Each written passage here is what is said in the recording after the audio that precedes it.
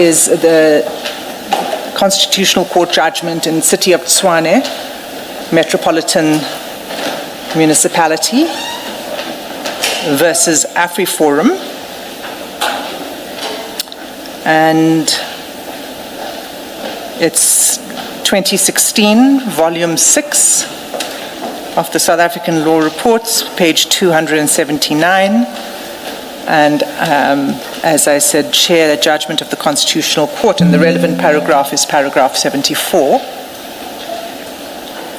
And then, as it happens, the other judgment I'd like to refer the Commission to is actually the Zuma judgment, but not the one I made reference to this morning, which was Justice Jafta's judgment. It's the other judgment, Justice Khampepe. And the citation of that judgment is Secretary of the Judicial Commission of Inquiry into allegations of state capture, etc., versus Zuma. 2021, volume 5. Sorry, there was a cough. Volume? Volume 5. Thank you. SA Law Reports, page 327, at paragraphs 94 to 95. So with those, that's also, yes, it's Acting Deputy Chief Justice Khampepe writing for the majority. So with those legal submissions, Chair, we request that... What do the cases say? Let me take you to you don't need, the City of Tshwane. You don't need to quote verbatim. You may just tell us the substance. Well, it supports a proposition, Chair, that proceedings are not halted pending an intention to bring legal proceedings. It's not halted even if you have brought the legal proceedings, and of course we know here there hasn't yet been a filing of an urgent application. It is a stated intention to file an urgent application. So that's the proposition.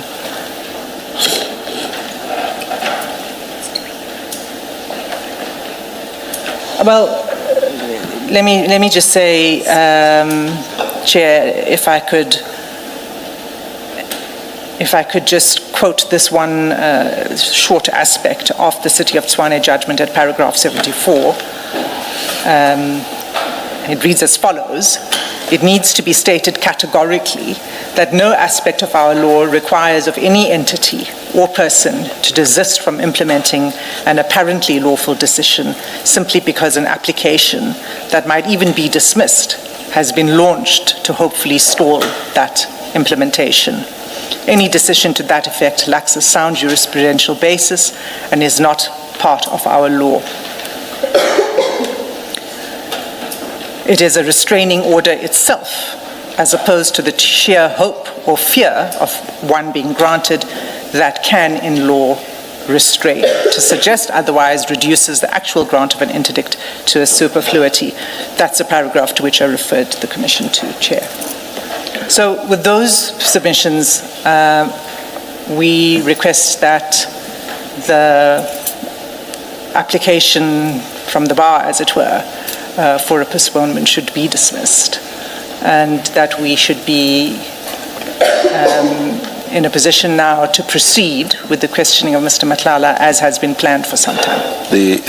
I think the questioning would, if we do get there, the questioning would come after, depending on whether the legal representatives will indeed not be here. But the questioning would have to follow after Mr. Madlanga, if he's all by himself, has been afforded an opportunity to move his application in person. So we won't, assuming that we are with you, yes, we won't straight away go to the hearing of Mr. And again, assuming, Chair, I was once misunderstood by counsel, and we had an unfortunate heated altercation. He and Turn it up loud. I want to go fast. Of course, and I don't wish to preempt any deliberation and ruling by the chair and co-commissioners. Yes. Yes. My submission is merely putting forward the position of the evidence. That actually takes us to a request that was made by Ms. Missy when I asked her how things would unfold if, and Ms. Missy requested a brief stand down for her to take instructions. I would assume you have no objection to that. I have no objection, Chair. Yes. Ms. Missy? Chairperson, I did miss quite a bit of your interaction with Ms. Hashim because I was trying to figure out how we're going to reply to the submission that she's made. Am I going to be given an opportunity to respond to the message that she received? I want to ask that first. Please do respond. Yes.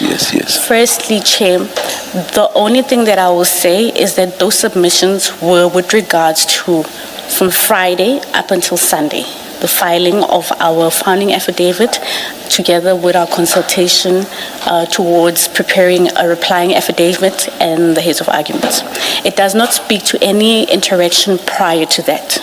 Secondly, if I'm being challenged on the submissions that I've made to this commission with regards to that on a factual basis, I do believe the timestamps of when I went in and went out, because I was present on Friday and I was also present on Sunday, can be looked at. That will show you how long I waited, where I waited, what happened, and ultimately, for example, at what time I got the opportunity together with my learned friend, Ms. Brighton, to eventually sit down outside of the Correctional Service Center and rather email the signed affidavit. So with that being said, Chair, I can only say that. If I'm being questioned as to whether I'm misleading the Commission or I'm casting a particular view about the Correctional Service Center, I'm not. I was simply saying that the Commission is not aware, and any layperson out there is not aware that they have rules and they keep to their rules, and that has affected how we operated on Friday, Saturday, and Sunday. But if I'm being questioned, the timestamps, and I'm sure they have recordings, the times we signed in, as well as cameras to indicate whether I'm misleading the Commission or not. That's as far as I can take it. Thank you. There is no way that based on what we are told from the bar, from both sides, there's no way, seeing how contradictory the two versions are, that we can take a decision on that. And in fact, I think for present purposes, it's not even necessary for us to take a decision or to go there at all. Do you wish to reply to the rest of... Chair, sorry, that threw me off a bit. Oftentimes when you are on the legal representative side and you're being called to question about whether you're lying or not, it does throw you off because it speaks to your integrity as a legal representative. I wanted to, because I believe in our earlier engagement, I wanted to distinguish between the position that's been taken by our client, Mr. Madlanga, as well as the arguments that I made earlier on, Chair. So the arguments that I made earlier on are in relation to us, whether we can proceed and why we're saying we should stand out till tomorrow. The second element of it, having come back and taken instructions from clients, those are his instructions about how he feels in terms of us having to proceed. Should you insist that we proceed today and not wait till tomorrow? So there needs to be a distinction between the two. We're not shifting the goalposts from this is what we were saying earlier on in the morning and now we're changing and we're saying this here. What I spoke to mainly now that we've come back after the stand down is with regards to the instructions and his observation, how he feels about it. The earlier part still stands as it is, where you are asking us and we have to address you as to whether we proceed or we don't proceed, and you made the ruling that you made, which is that we proceed at 12:30. So I just needed us to make the distinction. You do still need this stand down with regard to how things will unfold in the event that the decision is we are going ahead. Chair, we still do need to stand down, but we had a discussion when we were hoping that it doesn't come off as if we're being hostile, because it somewhat has underlying for us that, so now you need to go and preempt. Are you going to walk away from us? It gave that impression. But if no, it's just wanting to know how things are going to unfold. There's nothing judgmental about it, and I have not observed any hostility. I just want to know how, if we do get there, again, underline, if we do get there, what's going to happen? Chair, I would appreciate the stand down. Chair, I would appreciate the stand down to just quickly take instruction from client, and then I'll come back with a response if you do decide to otherwise. Yes, thank you. Noted, Chair. Thank you, Ms. Hasim. Chair, it's very important for me to make one remark. Yes. And it's in relation to the message that was received by the area commissioner. Yes. My instructions were simply to put it on record. No. I take no position on whether my learned friend, Ms. Missy, is misleading this commission or anything like that. That's not my intention, and I do not wish to be misunderstood at all to be suggesting that. It's simply an objective message that was sent through that I put on record, and I think perhaps what it is from the Commissioner's side to say we are not being obstructive. Yes. But the fact that it is difficult to consult with a client who is incarcerated, if any of us who have gone through that understand that it's a difficult process, and so I just wanted to make that clear. An important takeaway actually from that text is this: as Ms. Messi was arguing this morning, I actually did think of the possibility of the Commission engaging with the prison authorities to ensure that the difficulties Ms. is telling us about do not recur. Now, a good take-home or take-away from this text is that such an engagement will actually, there will be no resistance to the request that I already had in mind. Quite so. Thank you, Chair. I will not indicate it. Yes. Chair, my little friend just highlighted something. I did speak about how we often use our cell phones for internet. We use our cell phones to get Wi-Fi through them to connect to our phones. If that request could specifically include that we have our cell phones, because that would really make things easier for us should we have to engage with him later on, to allow council at least one cell phone to come in with us. We don't all have to have our cell phones with just one cell phone, so that we don't have this issue of internet not being present, etc. Because what would happen is that, for instance, if we need to have a document and he's happy with it and we have to file it, it's just a matter of him signing it, we can scan using our phones. So, and then we would be able to send it immediately and wouldn't have all these issues of we don't have the internet, we need to leave, we need to come back, etc. So I request that you specifically include there that we are allowed to carry in one cell phone for purposes of having access to the internet. That will be considered. Thank you, Chair. I'm saying considered. Let's adjourn. I will not indicate a time.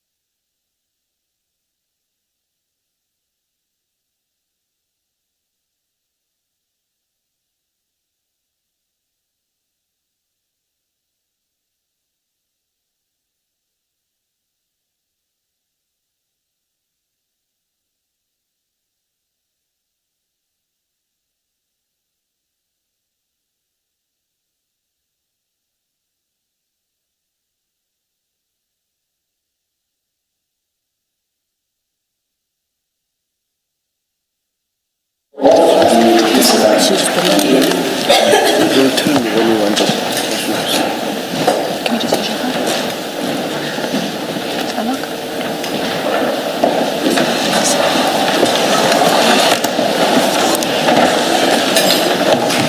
Here it is. Yes, Miss Missy. Chairperson, thank you for giving us the time to deliberate.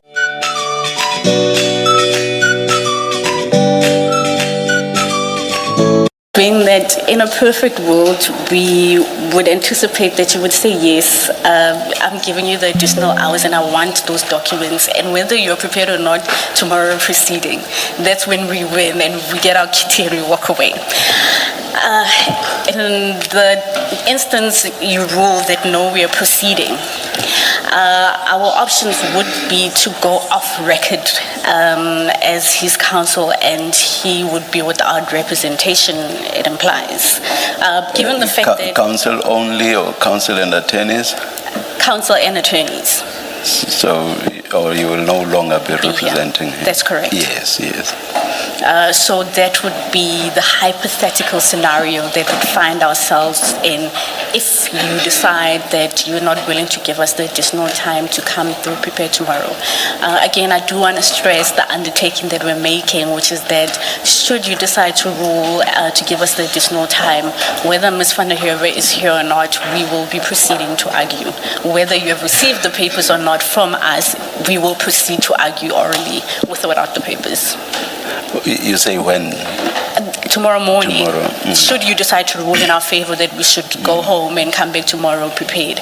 What I'm intimating or suggesting is that the scenario you would have is that whether we file the documents or not, we will be proceeding to argue. Thanks, Chairman. Thank you, thank you. Ms. Missy, when you say off the record, you mean you withdraw as his legal team? That's correct. Would that go for Ms. van der Heerwe as well? Those are the instructions that I received as well with regards to, so it would be the entire team. Okay. Thank you, Commissioner. Oh, and there was... There was another team yesterday. Yeah. When she placed you on record, Ms. van der Heerwe, last time, she said there was another firm of attorneys as well. Are they present here, and do they also withdraw? Because it's not just the people that are sitting behind you as we understood her. Yes, I actually just realized right now that Mr. Madlanga is and his firm still is part of this team, so they would also withdraw from there. Can it be the entire team, all attorneys and counsel? That's your instruction from Mr. Madlanga? Those are our instructions. From Mr. Madlanga? That's correct, hypothetically speaking. Okay. Yes.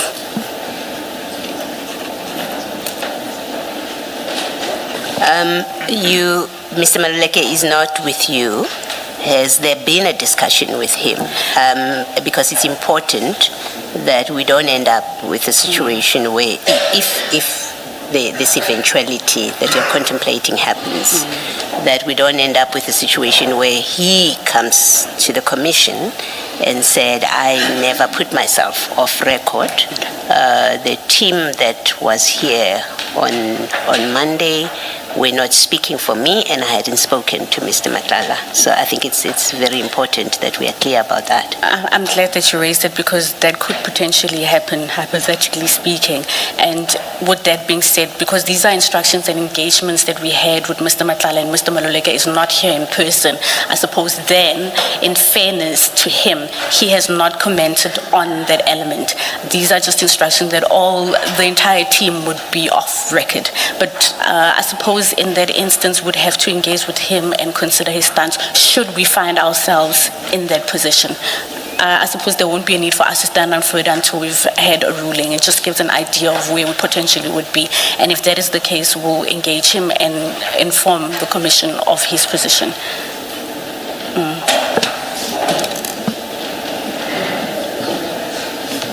Yes, I think,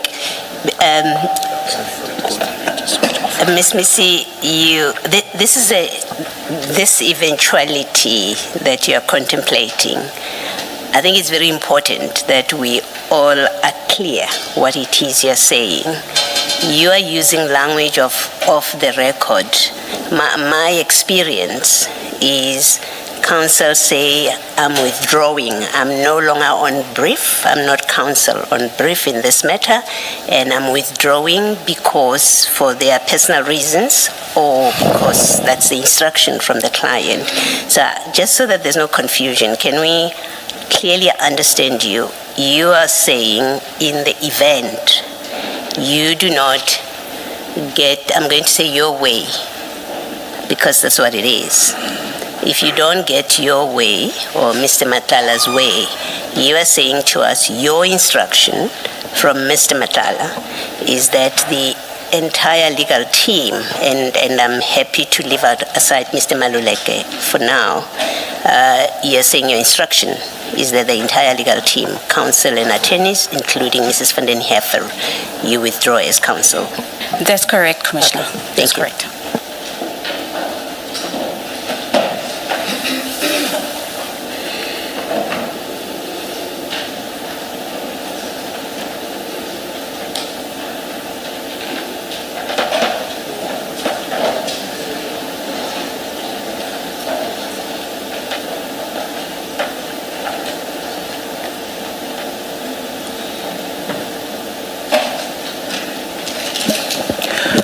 Who is the senior attorney?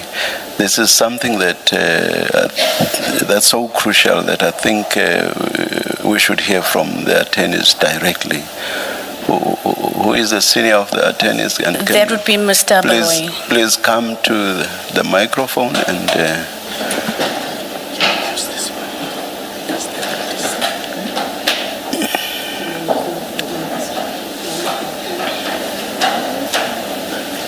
No.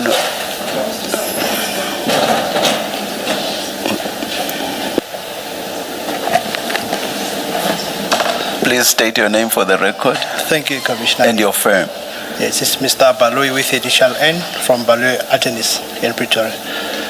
Yes. I asked if you also confirm that if our decision is that we proceed with Mr. Matlala's application, is your decision that you, as Mr. Matlala's attorneys of record, are withdrawing from representing him? If our decision is that we are proceeding, is that, do you confirm what counsel said? Yes, I do confirm the submission made by the council. You will be withdrawing, yeah. Perhaps, thank you very much, Mr. Baloyi. I think we've reached the stage where we should.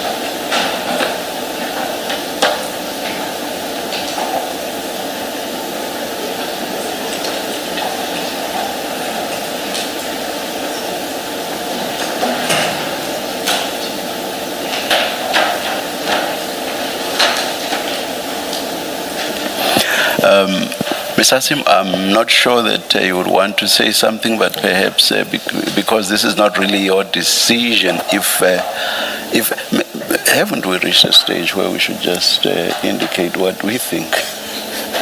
Chair, there was or what I think, because I think our regulations and rules really say that process-related decisions are mine, and indeed all rulings that have gone out go out. Even if signed by the Commission Secretary, they go out under my name. But of course, for practical reasons, I'm always assisted by my co-commissioners. But ultimately it's my decision. Chair, there's yes. nothing that I can usefully say in response to the last Yes, submissions that have yes. been made about withdrawing, etc. So it's in the chair's hands. Yes, thank you. I will address Mr. Madlanga directly on this. Mr. Madlanga, I just want to get an idea whether you two confirm that after your counsel or legal representatives were afforded an opportunity to consult with you, what was agreed upon is that if my direction is that we go ahead with your application, they will then withdraw as your legal representatives. Thank you, Chair. Can you please switch on both microphones? Mr. Madlanga's application. That's the decision. Ms. Missy? Chairperson, given the fact that Mr. Madlanga, being our client, has now confirmed that he hadn't settled his mind because we labored under the impression that this is where we're standing and these are our instructions, given the fact that he's of the view that he feels confused now, he's no longer with us, will you please grant us an opportunity to then finalize and get the instructions so we don't have this situation again? Ms. Missy, the withdrawal of counsel and legal representations is not, strictly speaking, a matter of instruction from client. It's ultimately a decision taken by the legal representatives. They choose on their own for whatever reasons that we have now reached a point where we can no longer represent our client. Therefore, we are withdrawing as legal representatives. I don't know whether you are now suggesting that it was not a properly considered decision.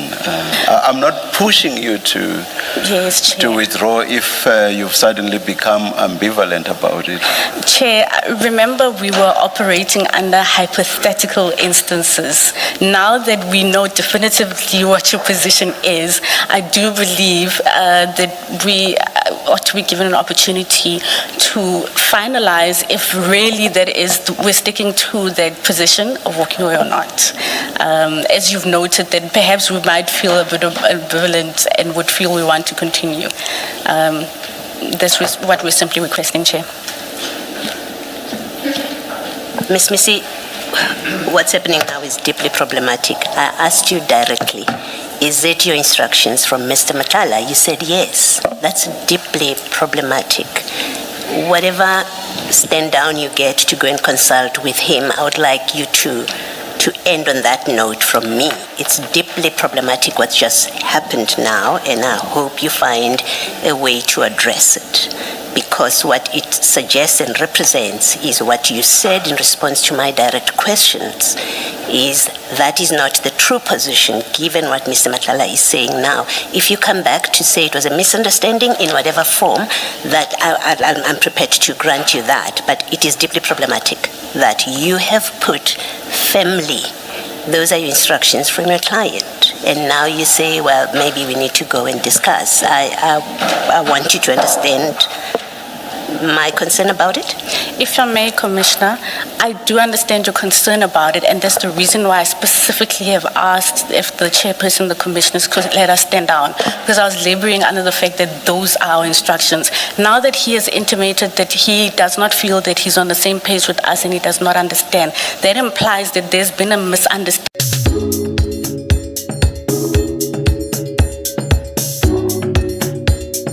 Then we don't have this issue happening again. And to add over that, if you recall, this is a hypothetical situation that we're talking about. Now that you've made your ruling, that implies that we need to come back to the chairperson with a final decision of what are we going to do. Chairperson, I don't know if... And as I said in my ruling, at this point, this is only about hearing Mr. Madlanga's application. We have not reached the stage of the continuation of his testimony. That's where we are, just for clarity. Thank you, Chair and Commissioners. And Mr. Matala, you are fortunate to have had lunch already. We are yet to have ours. No, I'm mentioning that because you said when you were having lunch earlier during the break that we had. Because it's 3 minutes before the lunch adjournment, maybe let's just take the lunch adjournment and resume at 2 p.m. And let's hear from you, Ms. Missy, at that point.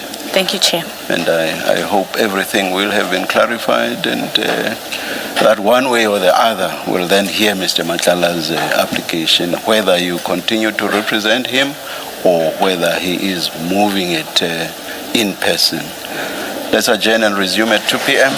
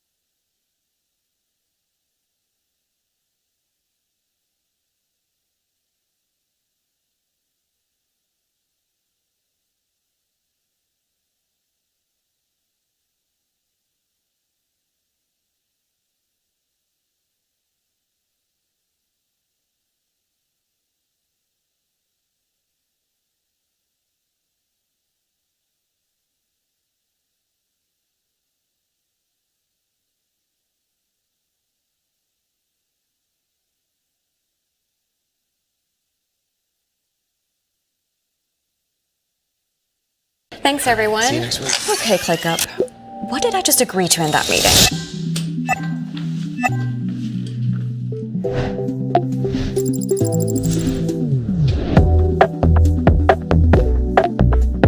That's better.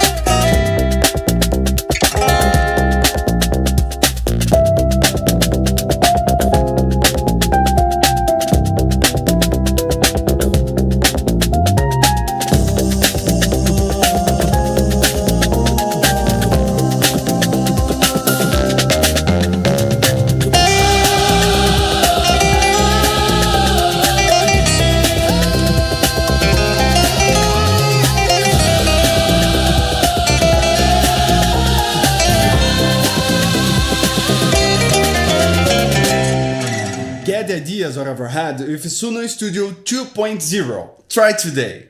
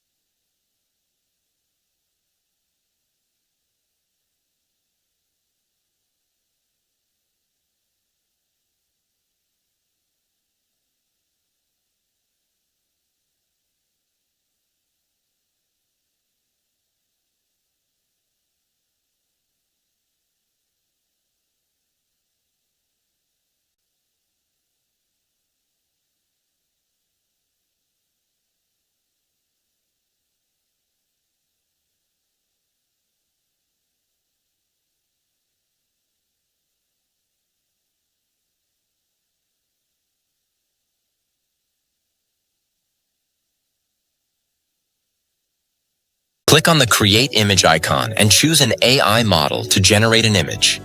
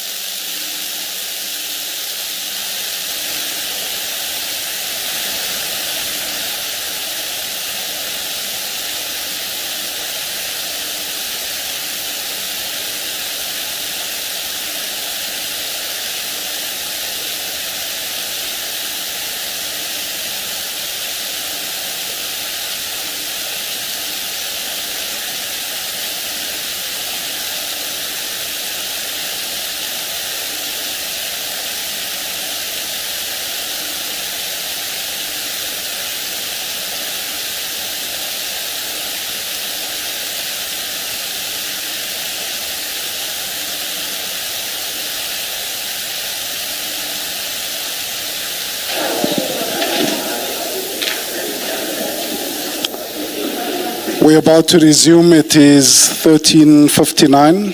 Please, again, make sure that your devices, your cell phones are off or on silent. Please stand. Thank you.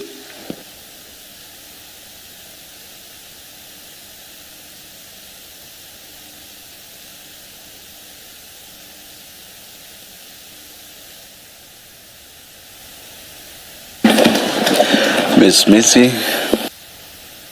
Chairperson, we have consulted with the client in regards to the misunderstanding.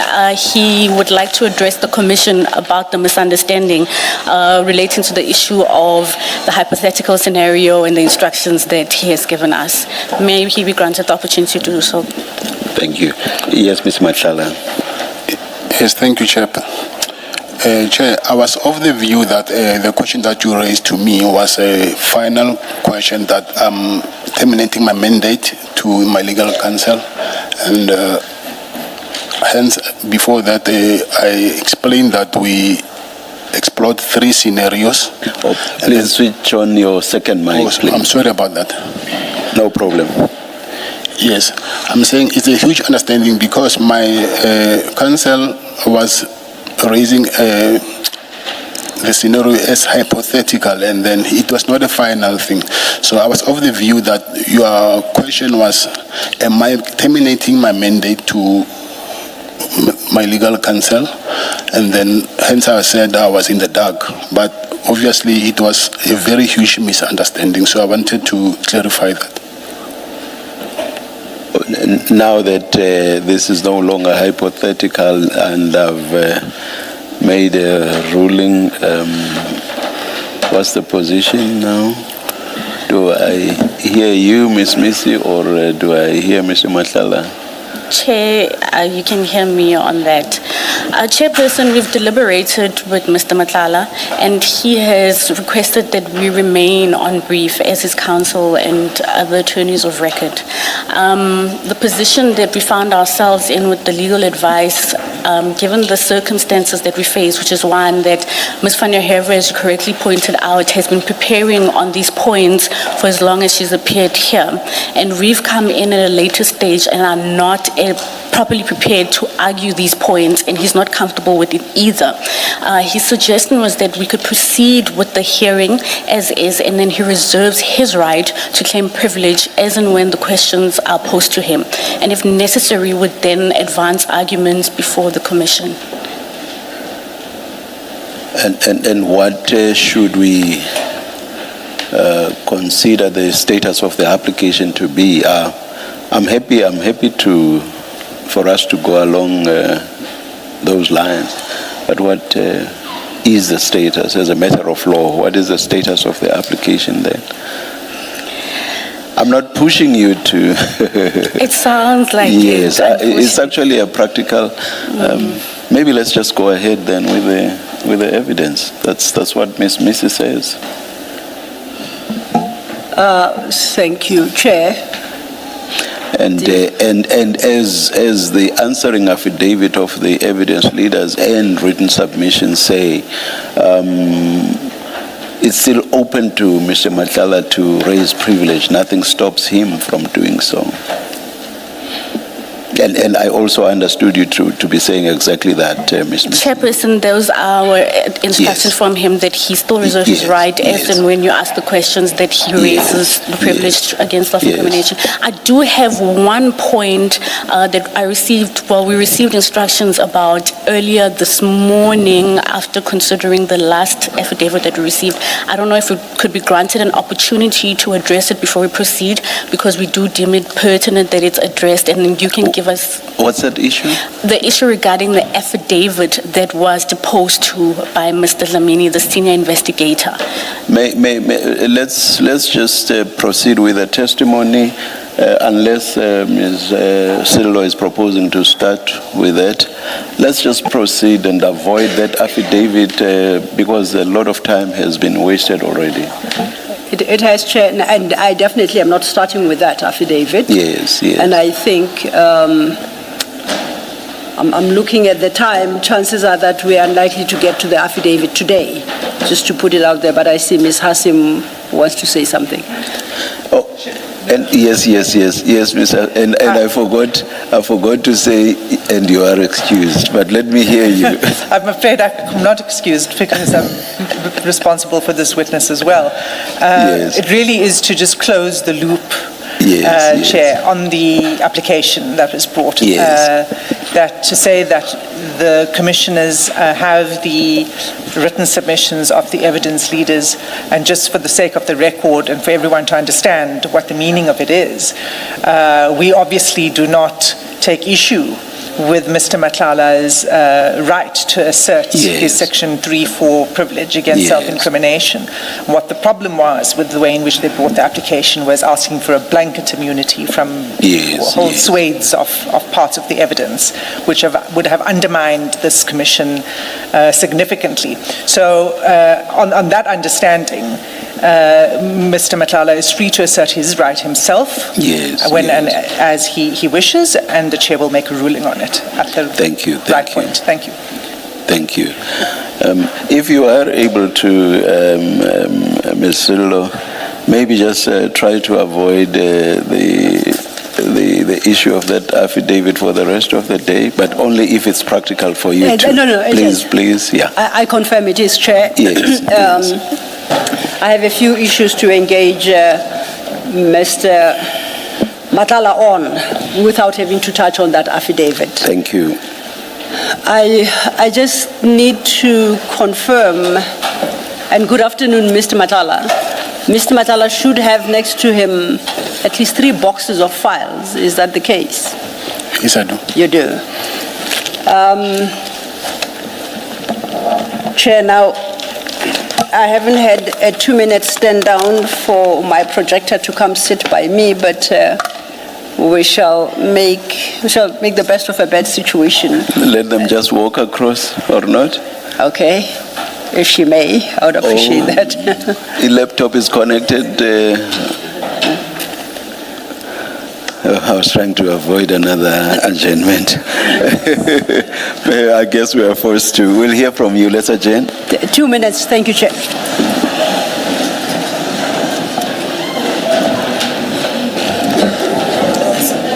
Which fans? If we take off.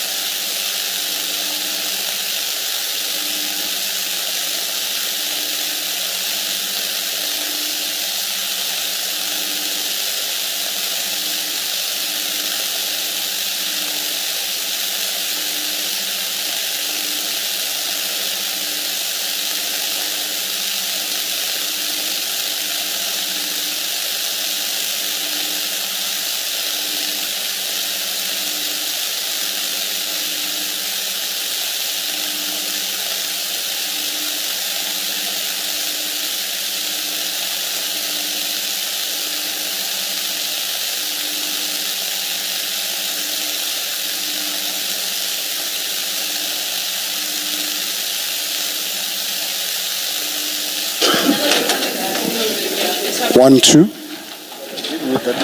All right, we are ready to resume.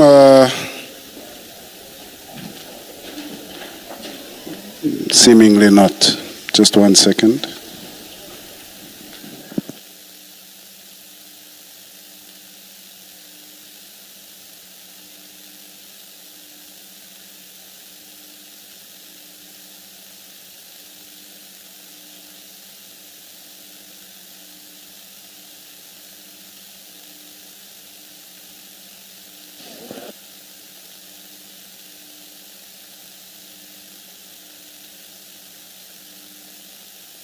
Clearly not.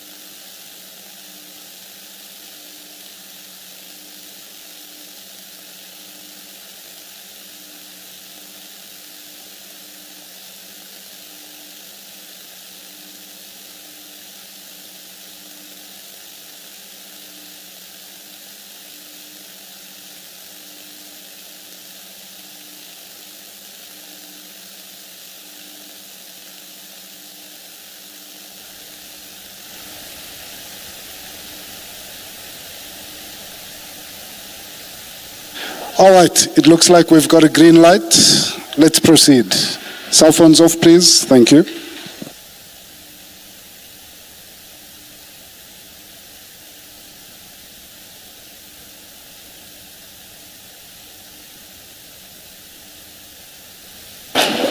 Yes, Mr. Thank you, Chair. Chair, just a reminder for the record, when we parted on the 21st, Mr. Matlala had asserted his right to supplement, and in fact he had made certain undertakings to supplement his original statement. Mr. Matlala, do you have before you file 1, which should read Regulation 10.6 Statement and Annexure? That's the original file with your statement.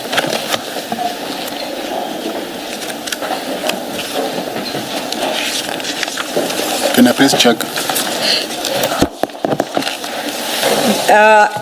You will recall that in dealing with that statement, we first had regard to the Regulation 10.6 notice that had been issued, to which was annexed a schedule with a list of names and names of individuals. And you had been requested in the 10.6 to explain any relationship you have with any one of them. You recall that? Yes, I do. And in the course of considering the contents of your statement, it became apparent that you hadn't addressed some of the persons listed in Schedule A. And you undertook to do so in your supplementary statement. Do you recall? Yes, I recall. And that's the basis on which we parted, Chair, on the 21st, that he will supplement and provide detail on such individuals that he had not addressed in Schedule A. At the same time, that's when a decision was taken that they will institute this application to raise preliminary points, which they did. The challenge we have, as much as we expected Mr. Matlala and his team to file 2 separate documents, one being a supplement to his original statement and the other being the application raising the in limine points, they combined the 2 to create one document. We have attempted to look at that affidavit that they have filed in support of the application to get a sense of what would constitute supplementation for the purposes that I have highlighted. And with your leave then, Chair, I would invite perhaps Mr. Matlala to address the relationships of the various individuals as reflected in this affidavit, but only those aspects of this affidavit and not read the entire affidavit as if it is a supplementary statement, if that is acceptable. Mr. Matlala, that was communicated to you, I think, by your legal team, that that's how we propose to deal with this matter of supplementation. Okay, it's fine. Okay. Now, if you have your list, then Schedule 8 to the Regulation 10.6 at page 7. You recall we marked those that you had addressed. There is a list of them that you did not address, items 13, I think, to 25, on the basis that, to 24, I think, on the basis that they are your co-accused in the Medicare matter. Yes, that's correct.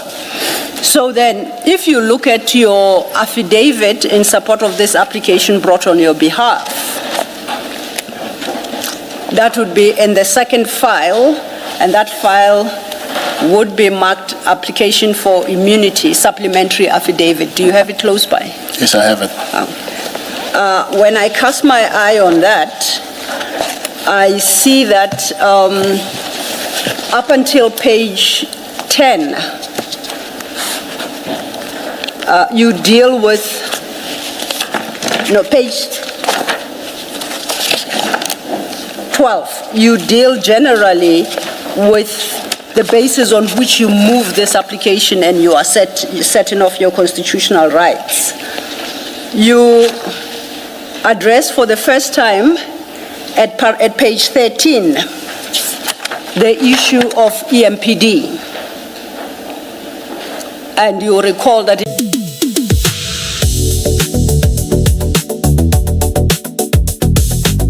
28, you were requested to speak about Commissioner Julius Mkwanazi. Yes, Commissioner Julius Mkwanazi. And you had been requested to provide an explanation of your interactions and business engagements with such entities as the EMPD, that is at item 2.1.6 of the 10.6 regulation notice. You recall that? Yes, I do. Now you respond to that then at page 13, starting at your paragraph 62. I would invite you then to read into the record by way of supplementing your original statement, paragraph 62 to 65. I have responded to this question in my previous affidavit. I have been advised to also place on record that I am a suspect in case involving the EMPD, and I therefore do not wish to answer any question regarding my interaction with the EMPD. I attach here to a copy of a statement deposed to by Ntabiseng Cordelia Kabeng, from which it is evident that I am a suspect in a case under investigation by members of the IPID, under case number 262/2023, relating to the unlawful fitting and usage of blue lights. A copy of the statement is annexed here to marked VMSA1. Other companies, I have not done any business with the aforesaid entities through any of my other companies. Thank you. I'll then propose we jump to page 14 from paragraph 71. Under 71, you say, In respect of the individuals I list herein under, I wish to amplify my original affidavit, and then you detail the individuals. Could you read the headings and the relevant sub-paragraphs to the name into the record, starting with sub-paragraph 71.1? I have answered this question when I gave evidence. Read the name as well. Oh, sorry. Yes, Okay. yes. Minister Senzo Mchunu, I have answered this question when I gave evidence. Former Minister Becky Cele, I have partly answered this question when I gave evidence. I do, however, wish to state that I am a suspect in a matter under investigation which relates to my interaction with him, as was made clear to me during my questioning by IDEC and as was later recorded in the statement I made in terms of the provisions of Section 204 of the CPA. Former General Komoto Patlani, I have answered this question when I gave evidence. Lieutenant General Nhlanhla Mkhwanazi, I have partly answered this question when I gave evidence. I do, however, wish to state that I am an accused in a matter on trial pending before the Johannesburg High Court under case number SS98/2025. I have also noted that Lieutenant General Nhlanhla Mkhwanazi has stated under oath that he recorded the conversation we had on the day I met him. I now invite him to disclose this recording to Commission so everyone can hear firsthand what happened on that day. I respectfully point out that I do not understand why such an important piece of evidence have not yet been subpoenaed or voluntarily handed over to the Commission. Lieutenant General Mole Fefani, I have dealt with this issue in my previous affidavit. Major General Feroz Khan, I have answered this question when I gave evidence. Thank you. I would then, on my reading, it would appear that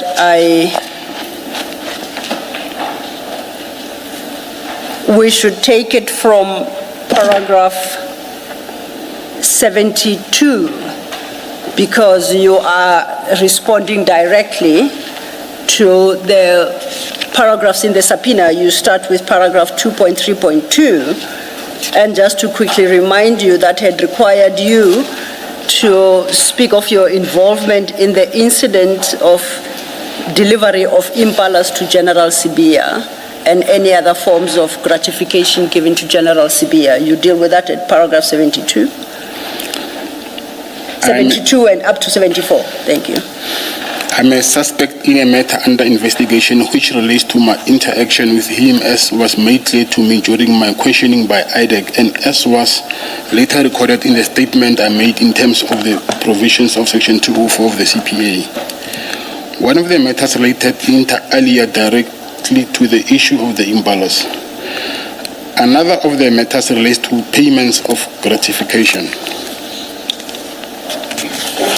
And then that would take us then to your response to paragraph 2.3.3, and this concerned the circumstances in which Sergeant Ngosi came in possession of your Luxor Africa bank card.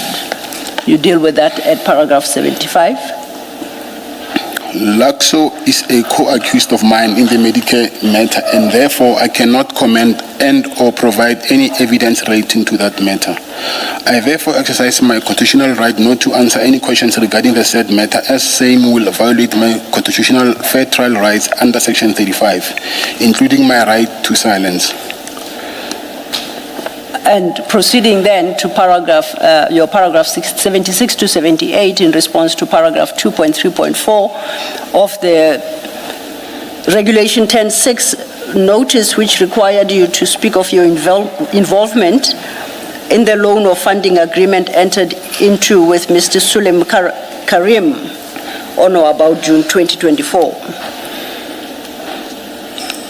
I have given instructions to my legal team to endeavor to obtain relevant paperwork on the matter relating Mr. Karim.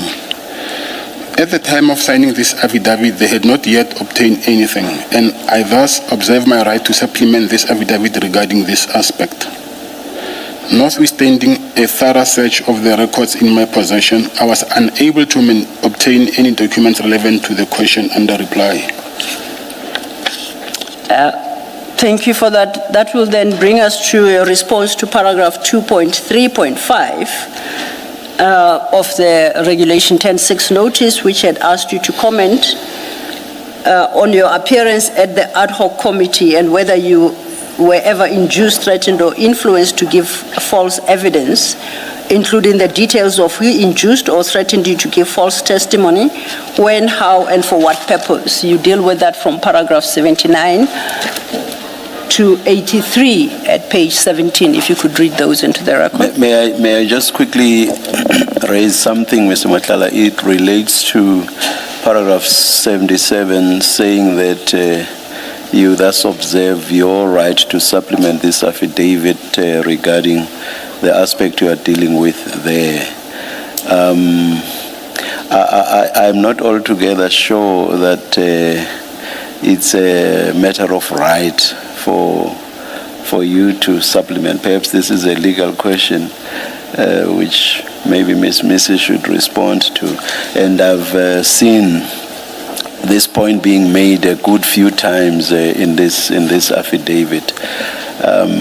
It was already an indulgence for you to supplement, and something that I granted or allowed without any reservations. I just want to avoid a situation where it's suggested that it's something that should happen as of right. Ms. Missy? Chairperson, this directly relates to him claiming the rights of privilege in terms of Section 3.4. We would be required to show or give factual basis why it is that he wants to claim it. But in order for him to do so, he needed us to find that piece of information that he wanted us to research and provide to him so that we can confirm, in order to allow him, or rather enable him, to claim his right before this commission when it relates to issues that have to do with Mr. Karim. I read this differently, Ms. Missy. I read this to be saying Mr. Matlala is asserting a right to supplement the content of his affidavit with regard to the issue being raised about Mr. Karim. I did not understand that to relate to the privilege that Mr. Matlala is claiming, or am I misreading this? Chairperson, you are correct insofar as that he's asserting a right to supplement the affidavit in order for him to be able to claim the right of privilege, because as it stands, he has informed us with regards to why he would want to claim the right to privilege. But in order for us to do so, we'd have to lay facts to it, as previously argued rather on last week Monday. But we were not able yet to obtain the information that he needs. And so it put us in a position where we had to answer how would we then later deal with it if and when we do obtain that information that would put the commission into light that indeed he's either suspect or an accused, and therefore he would be in a position to claim the right to privilege. Can you please take me through paragraphs 76 to 78 and show me where it's intimated that with regard to Mr. Karim, Mr. Matlala wants to raise the issue of privilege?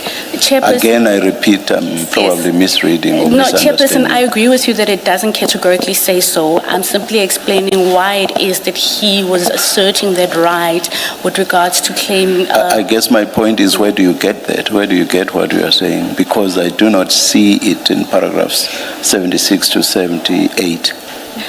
Chairperson, in that instance, the only submission that I can make is that should we have come across, or should we obtain that piece of information, then the supplementary affidavit, he would then refer to it to say the reason why I had asserted such a right was because of this facts that are now being averred in this affidavit and or statement, Chairperson. Let's leave it there. I do not understand you. Let's leave it there.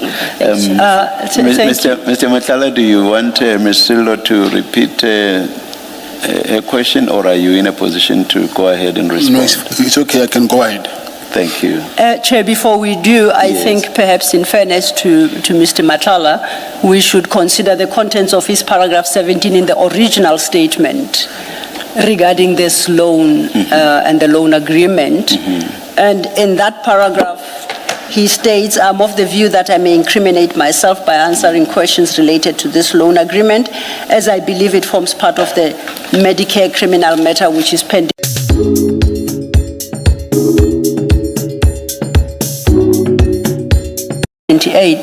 Don't tie back to the answer given in there, and instead they speak mainly of the right to supplement. Yes, which doesn't answer the chair's question. But which is I what thought to caused bring caused me to raise the question. To bring to your attention. But thank you for Thank you. for that, Mr. Yes, Mr. Madlanga. So then you have read your paragraph 76 to 78 of your affidavit into the record to supplement your original response to paragraph 2.3.4. That then would take us to 2.3.5. And at the time, 2.3.5 called on you to speak to your appearance at the ad hoc committee and inquired whether or not you had ever been induced, threatened, or influenced to give false evidence. And if so, that you provide the details of who induced or threatened you to give false testimony, when, how, and for what purpose. You respond to that specific question in the affidavit at page 16, starting from paragraph 79 to 83. I am not responding to this question for the following reasons. When I attended the ad hoc committee, I was not yet arrested and charged as an accused on the Medicare matter. I was also unaware of the fact that I was a suspect on some of the issues I was questioned on. It has now emerged that I am a suspect in a matter I was then questioned on, and the same are under investigation, as was made clear to me during my questioning by IDEC and as was later recorded in the statement I made in terms of the provisions of the Section 204 of the CPA.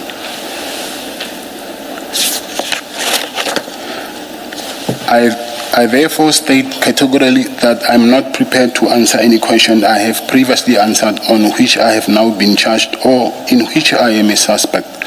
Answering such questions now will violate my rights to a fair trial and my right to silence and my right not to incriminate myself. I have also been made aware of the fact that stand to be accused of having made previous inconsistent statements, and more importantly, that I can be charged with perjury if I deal with any of the ad hoc issues. If I can just, by way of seeking clarity, you do note that if one has regard to the question posed to you at paragraph 2.3.5, you haven't answered the key question there, whether or not you were induced, threatened, or influenced by anyone. Should I understand you correctly that your position is you cannot answer definitively to that question because any response you give thereto, you run the risk of incriminating yourself? Yes, Commissioner, you're right. Including an answer that says, no, I was not induced. My worry is if I say no or yes, then the next question, let's hypothetically saying I'm saying yes. The next question will be by who and then why. And part of those who and why might somehow end up incriminating myself. Okay. We will come back to the issue in the fullness of time. Just wanted to get some clarity. If you recall, then moving on at paragraph 2.3.6, you were asked to comment on the recording of your interrogation on December 2024 and May 2025 by witness C or any other police officers who interrogated you after the arrest. You deal with that at page 17 at paragraphs 84 to 86. I have been provided with copies of any of the recordings of my interrogations, whether the same were in December 2024, May 2025, or thereafter. I have dealt with this issue above. Legal argument will be made on this issue as to why I should not answer any questions relating to these recordings. When you say this issue has been dealt with above, you mean in the body of this affidavit, where it is suggested, as the affidavit does, from paragraph 41, that you intend to launch a challenge to the seizure of your cell phones, as well as your challenge to... Now, I just see the cell phones. Where you say above, where do you deal with the issue of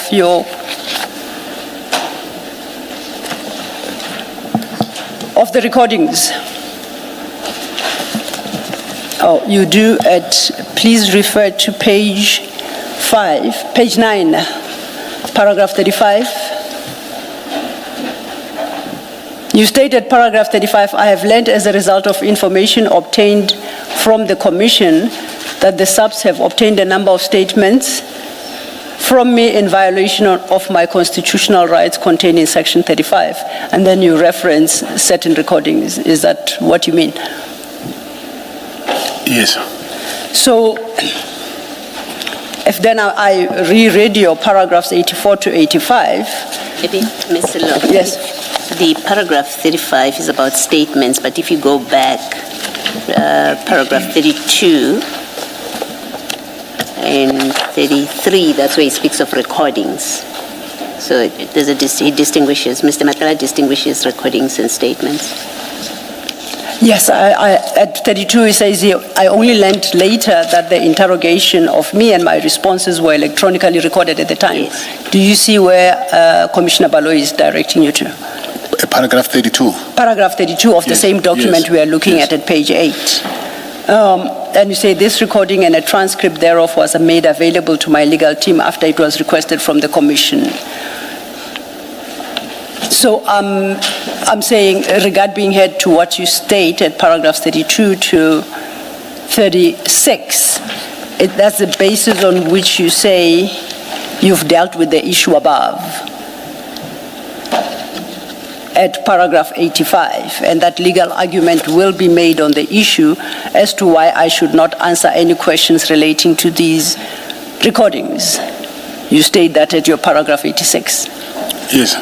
So your response to paragraph 2.3.6, then, that to clarify, is dependent on the determination by the commissioners and the chair as regards your claim, your suggestion that your rights were violated as set out in paragraphs 32 to 38. You will not answer until the question of the suggested violation of your constitutional rights is determined by the commissioners. Yes, but not only that, Commissioner. Also because those recordings, it has been made clear in court that they are currently under investigation. So we do not know which part of the recordings are under investigation. So I cannot recklessly just answer a specific question, not knowing whether is it the one that is under investigation or not. Perhaps if you could say slightly more, under investigation by who? This was said in court, so I will assume that is the same investigating officers that are investigating my current case that I'm attending in the Johannesburg High Court. So they are also investigating these recordings? Yes. Could we request, perhaps, to your legal representatives to obtain that portion of the transcript? Of course, yes. In court, because I'm not sure I understand what you mean by the claim that the recordings are under investigation. So perhaps if we get the transcripts, I might gain a better understanding. It's okay, we'll get the transcripts, but also during the disclosure, it was during the pre-trial actually. So when it was during the disclosure of the docket, and then we've noticed that there were no recordings there, and then my counsel requested for those recordings, and then the state advocate said no, they cannot issue us those recordings because they are a separate matter, they are under investigation. But as you said, we will get the transcripts and then it will explain everything. And I think just so we don't talk past one another, we would appreciate those transcripts by tomorrow, so that when we resume tomorrow, we know what the actual position is and how we engage with you on this matter. That will be very hard for me to promise that I can be in possession of those things by tomorrow, because, as you know, I don't have access to any. When I leave here, I'm going straight to CMAX, so I won't be able to make any telephone calls. But I will ask that after they adjourn here, then I at least consult with my legal counsel, and then I will ask them to get that on my behalf. Hence, I specified that I think the request is more to your legal team through you, because I appreciate your position. But I would like to believe that your legal representatives are in a position to obtain the relevant transcripts that assist you in this regard and assist the Commission to understand how to deal with the matter of the recordings. Yes, but also I will suggest, please, let it not be something that will be required the first thing in the morning, because obviously if you look at time now, they are going to request them tomorrow morning, maybe around 11, 12, then we'll be in possession of those transcripts. Let me quickly raise a matter of clarity, Ms. Sillo. If I did not misunderstand you, I thought you said something about the Commission making a decision on the question of the lawfulness or otherwise of the manner in which the contested evidence was obtained. I'm sorry. Or did I misunderstand you? No, it's not. I don't say that. I say in his affidavit, he suggests that is an issue he's going to raise before yourselves. Okay. Let me tell you my understanding. You'll correct me if I'm wrong. My understanding was that the decision that he says he's seeking is a decision that will be made by the court on the lawfulness or otherwise of the manner in which. Dad, my car won't start. Yes, Dad, obviously I have petrol. Dad, I don't know what it is. It's leaking everywhere. Break it. No, I didn't break it, Dad. It's not my fault. It's like a hexagon thingy. Yeah, Dad, I don't know. I'm not 100% sure what it's for. Life promises nothing but change. Hi, is this Cedric? Hi, Cedric. What's your call-out fee? Support those you love with life-changing insurance. Understood him to suggest in the affidavit, but I'll hasten to add that this is part of the legal argument and the points raised in limine that I understand perhaps are still to be argued before yourselves. So I would park that issue. But he had the affidavit seems to suggest that it's a legal argument to be made to yourselves, and there, Chair, you will see at paragraph 40 says full legal argument will be made to the Commission on this issue. Maybe we should not open that door. We should wait to hear if anybody will still raise that issue, because we are hearing the evidence now.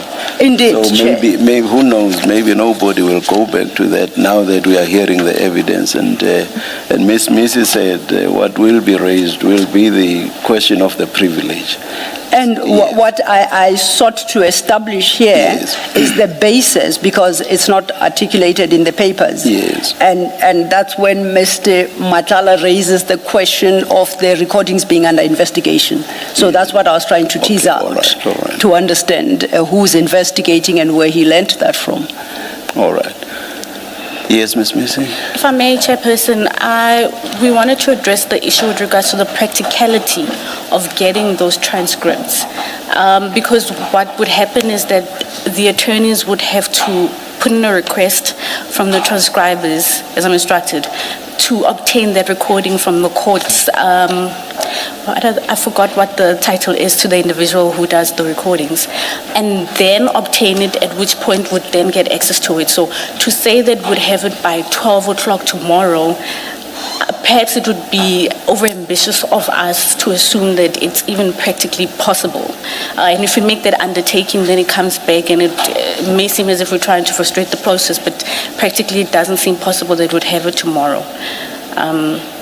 They are obtainable, it's just a matter of the timeline. The timing, yeah. Unless things have improved significantly from the time I was last in practice, I think I agree with Ms. Missy on the practicalities. I'm willing to accept that. I'm going to challenge her on that, except then there is a gap in the logic that is set out in the affidavit. So perhaps in the course of argument, we might be assisted with more facts to support what is set out in his paragraphs 84 to 86. Thank you, Mr. Law. Thank you, Chair. Chairperson, if I might make a suggestion that would try and aid and or assist the Commission in moving forward whilst we wait for that recording, because there's an attorney of record who was present at those proceedings, would it be of any use for him to address that particular point, because he's heard what was said in the ruling or rather judgment made with regards to that? If it would be of any use, we perhaps could assist in this. I don't think so, because this is a matter of evidence, and Mr. Law is engaging Mr. Madlanga at the level of testimony by Mr. Madlanga. The only issue I seek to establish, and I think it was triggered by Mr. Madlanga's response, that the recordings are a subject of an investigation. So that's the only clarity I seek. Who is investigating? What does that mean, that they are subject of investigating, and who is investigating? And that is because when I engage Mr. Madlanga on these issues, I will seek to persuade the Commission that to the extent that they may be under investigation, that does not preclude Mr. Madlanga from speaking on these matters, because it's the recordings, according to him, that are under investigation. It's not him per se who's under investigation. So I'll leave it there for the moment, Chair. When we come back, we perhaps will get better insight. Mr. Law, maybe before you then move on, now that we seem to be agreed that we won't have the transcript anytime soon, then maybe let me ask my clarification question. Mr. Madlanga, the investigation that you speak of into these recordings, is it by the state or by your legal representatives? The investigation? Yeah, you said that there's an investigation about these tapes or these recordals of you. Is it an investigation by the state or by your legal team? By the state. Is it by the state? Yes. And what in particular is being investigated about them? What was said is going to be investigated? That is something that I don't know, but what I know is they just said that whatever has been I've mentioned in those recordings, I'm being for those things I'm being investigated. So I cannot tell what is it exactly what they're investigating there. Okay, all right, thank you. And then lastly, at that paragraph 84, Ms. Silla, it's either a word is missing or a word that is there shouldn't be there. 84 reads, I have been provided with copies of any recordings of my interrogation, whether same in December, May. I think of any are the words that shouldn't. Have you been provided with recordings? Yes. You have? Okay, so we must take out, I have been provided with copies of the recordings. That's how it should read. Thank you. Thank you, Commissioner. That then will take us to your paragraphs 87 and 88. You are responding to paragraph 2.4 of the Regulation 10.6 notice, which required you to speak to the nature and extent of your relationship with the EMPD, including individuals employed therein, including agreements actual or negotiated with individuals within the EMPD, donation of vehicles and installation of use of vehicles fitted with blue lights, in particular who was involved, what the plan was, what became of the plan, and ultimately the use of vehicles fitted with blue lights and the use of peace officer cards. That's what was asked of you. You deal with that at page 17, paragraphs 87 and 88. If you could read those. I have indicated above that I do not wish to deal with or answer any questions on this issue of EMPD. I refer to what I have stated above, and the statement are attached here to deposed to by Ntabise Nkodelia Kabeng. And for the record, that affidavit of Ntabise Nkodelia appears at page 20 of the same file, your VMSA1, correct? Yes, that's correct. And just to confirm, again for the record, this affidavit of Ntabiseng Cordelia speaks to the issue of use of blue lights only. Yes. Now, the question posed to you was at paragraph 2.4 was actually a compound question. There were other issues that are unrelated to the issue of the blue lights that you were required to speak to, but once again you have failed to.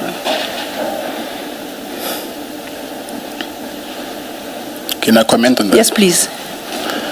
Yeah, it's not only the fitting of blue lights, it's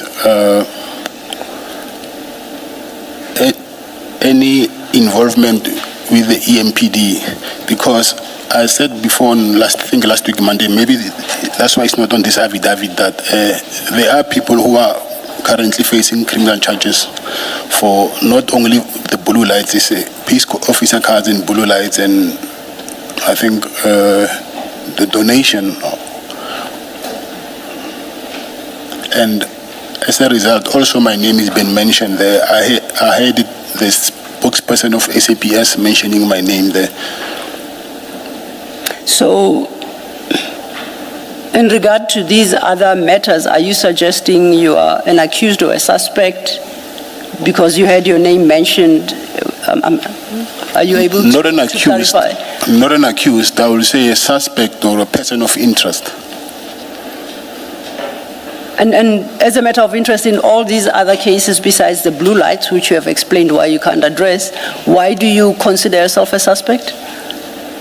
Like I said, there are people already who have been charged with those issues that you just mentioned. And those people don't include you. So why do you suspect you're a suspect? The investigation is mentioning my name. Okay. We shall revert in time. Maybe just to get confirmation, Ms. Kabeng says the investigation is by iPad. You confirm that? Yes. She was interviewed by iPad and they told her they're investigating. Yes, I confirm that. Thank you. We then go to your paragraph 88, still at paragraph 89, still at your affidavit starting at page 17, and there you are dealing with the contents of paragraph 2.5. And from paragraph 88, you then deal with your relationship with 4 other people. So if you could read the name of the person whose relationship you speak of, and then you deal with the contents of the paragraph immediately following the person's name. I will start with Jotham Musibi. Yes. I knew Jotham Musibi purely as a person to whom I rendered security services. I never had business with him. I know Ignatius Motagati, Andrew Boy Mutetwa, and Katiso Molefe purely by virtue of the fact that I came across them and were introduced to them on occasions by Jotham Musibi, to whom I rendered security services.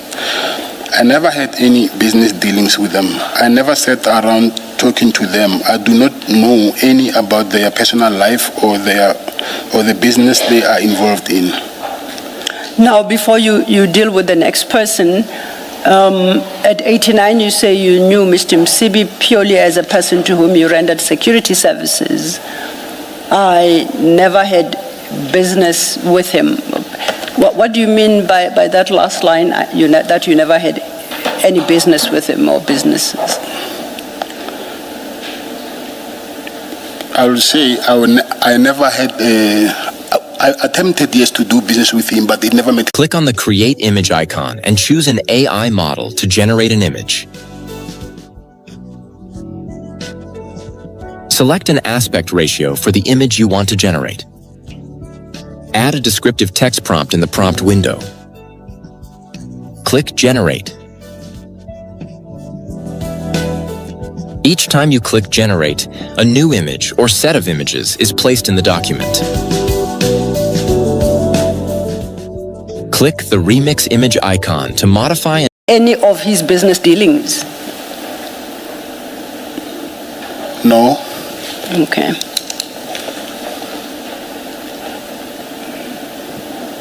Thank you. You then, from paragraph 91, at paragraph 91, deal with your relationship with the next person. If you could identify them and then read your paragraph 91 into the record. Mike van Wyk. He was my business partner and is a witness in the Medicare matter. I am therefore exercising my constitutional right as an accused not to respond to or answer any questions pertaining to him or our relationship. Now, he was your partner in the Medicare matter, and you say you are exercising your constitutional rights. I just want to understand, is this an exercise of constitutional rights in respect of any and all affairs of Medicare? Or is it only in respect of the SAPS contract for which you are currently facing charges? Yes, only the SAPS contract. Only the SAPS contract. Thank you. You proceed then to deal with the next person, and at paragraph, you identify them and deal with their relationship at paragraph 92, or your relationship with them. Baron Mohoti, I have answered this aspect when I gave evidence. So in effect, you're saying you've got nothing further to add to what you've already stated? Yes. Okay. Then lastly, I think at paragraphs 93 and 94, it's the last person.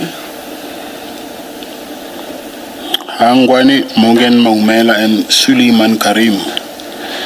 My legal team is in the process of collating evidence in respect of the said persons which will enable me to move fully with awareness of an explanation of my rights, answer questions about them. I thus reserve my right to supplement this affidavit. I reserve my right to provide the Commission with any further and supplementary sworn statements necessary in these proceedings. Can I just clarify paragraph 93? You say your legal team, quote, is in the process of collating evidence in respect of these persons being Mr. Hlangwani Morgan Maumela and Mr. Suleiman Karim, which will enable you to more fully, with awareness of and an explanation of your rights, answer questions about them, end of quote. Can you say that in simpler English? What do you mean? I understand that they're in the process of collating evidence in respect of these persons, but I'm not sure I understand the remainder of that sentence. Are you able to assist?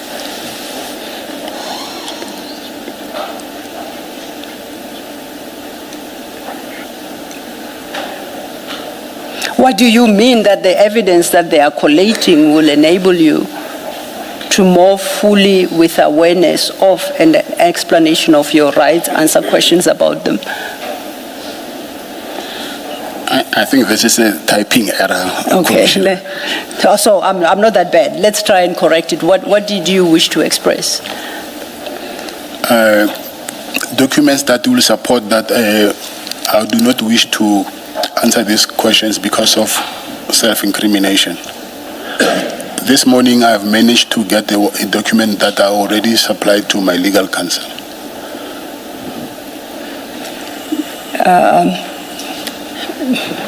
I'm not sure I understand. It's a very cryptic answer you've just given, so I'm not sure I understand. What I'm trying to explain to you is, like the first sentence saying that I'm in the process of collating evidence. Yes. So maybe I was supposed to say documents that will prove that I'm a suspect and I'm being under investigation together with Mr. Maumela and also with Suleiman Karim. Okay. So, okay, I think I understand. So then you say your legal team is in the process actually of collecting documents that will demonstrate and prove that you are a suspect I take it in some alleged criminal wrongdoing, together with, not together, with Mr. Maumela and or Mr. Karim. Is my understanding correct? With Mr. Maumela, Chairperson, sorry, Commissioner, if you can remember, last week I already touched on the Suleiman matter, and then you asked that I should bring an unsigned, what is it? An unsigned loan agreement? Loan agreement. Yes. So this is what I had that loan agreement, but I couldn't just find it. So what I had is only the document in relation with Mr. Maumela. Okay, now, so you say that those documents will prove you a suspect. A suspect in what? Or which cases? Suspect in, I think it is money laundering, I think. And that is in relation to both the persons identified there? Only with Maumela. Or with Mr. Maumela?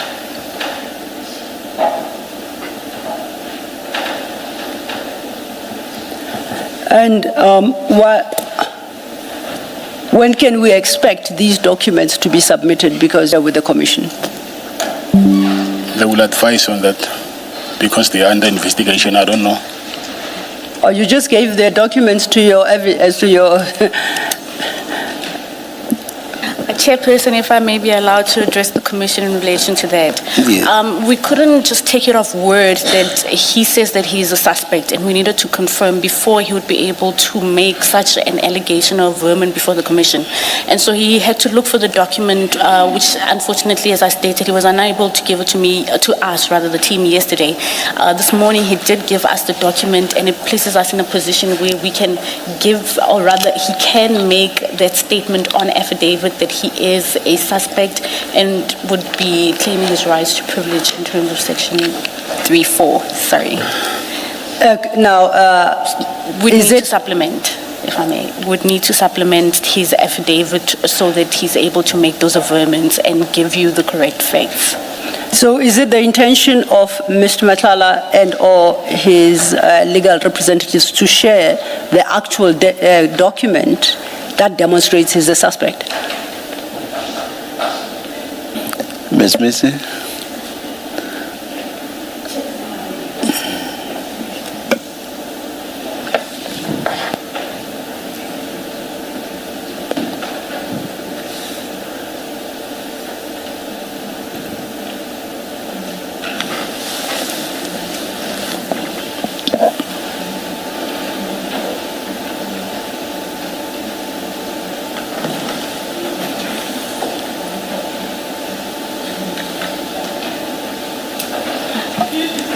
Chairperson, the issue that we're having is that we haven't properly looked at the document to determine to what extent he can claim his right to a privilege.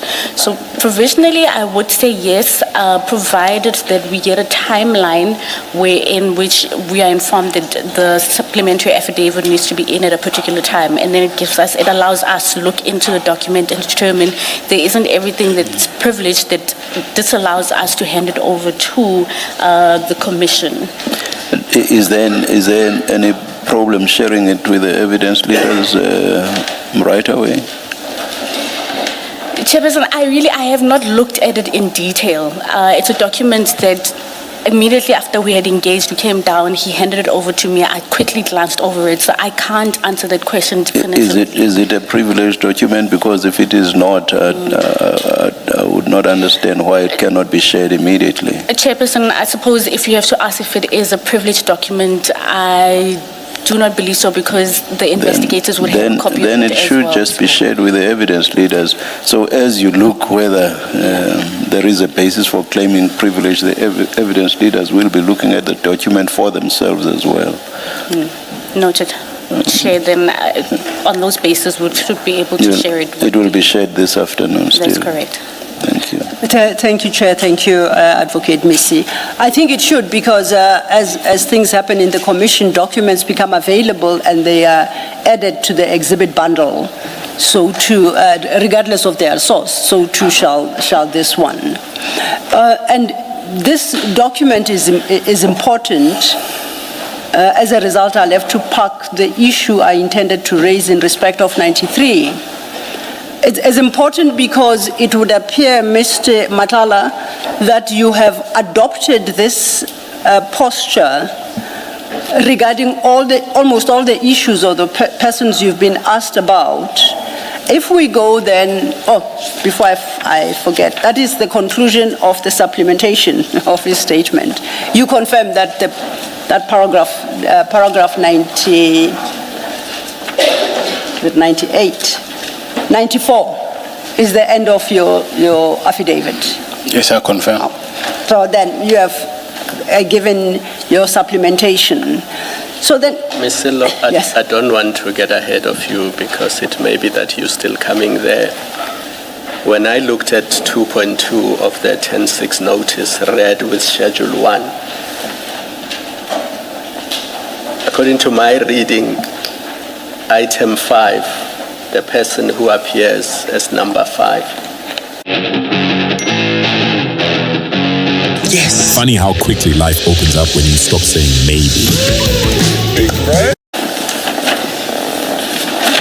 Because 2.2 said, explain your history and or relationship, direct or indirect, with the listed law enforcement officials in Schedule A. And then when you go to Schedule A, it lists 28 people. Yes. But on my reading of both affidavits, I thought it was an omission in the first one. And the second one was supposed to supplement. But I don't see in the second one where it deals with the name in item 5, unless I've missed it. No, Commissioner, you haven't. Mr. Matala, you understand we referred to Schedule 1 and the Regulation 10-6 notice, correct? Okay. We discussed the people listed in that document at page 7.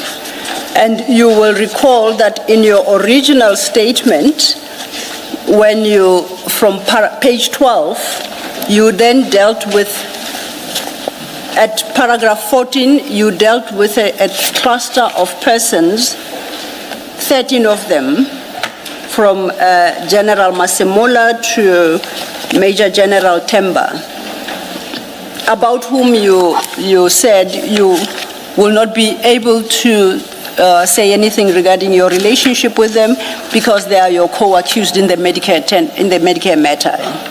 Okay. From paragraph 15, you then dealt with some of the remaining persons on that list. You see that? Yeah. And there you dealt with Minister Mkunu, Patlane, General Patlane, General Mkwanazi, General Fani, and General Khan. You see that? Yes, I do. Now, in your supplementary statement, you then deal, or you purported to deal with the remainder of the persons you had not spoken of.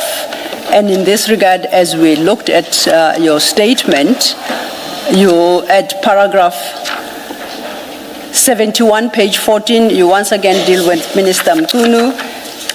You deal with former Minister Bekitele.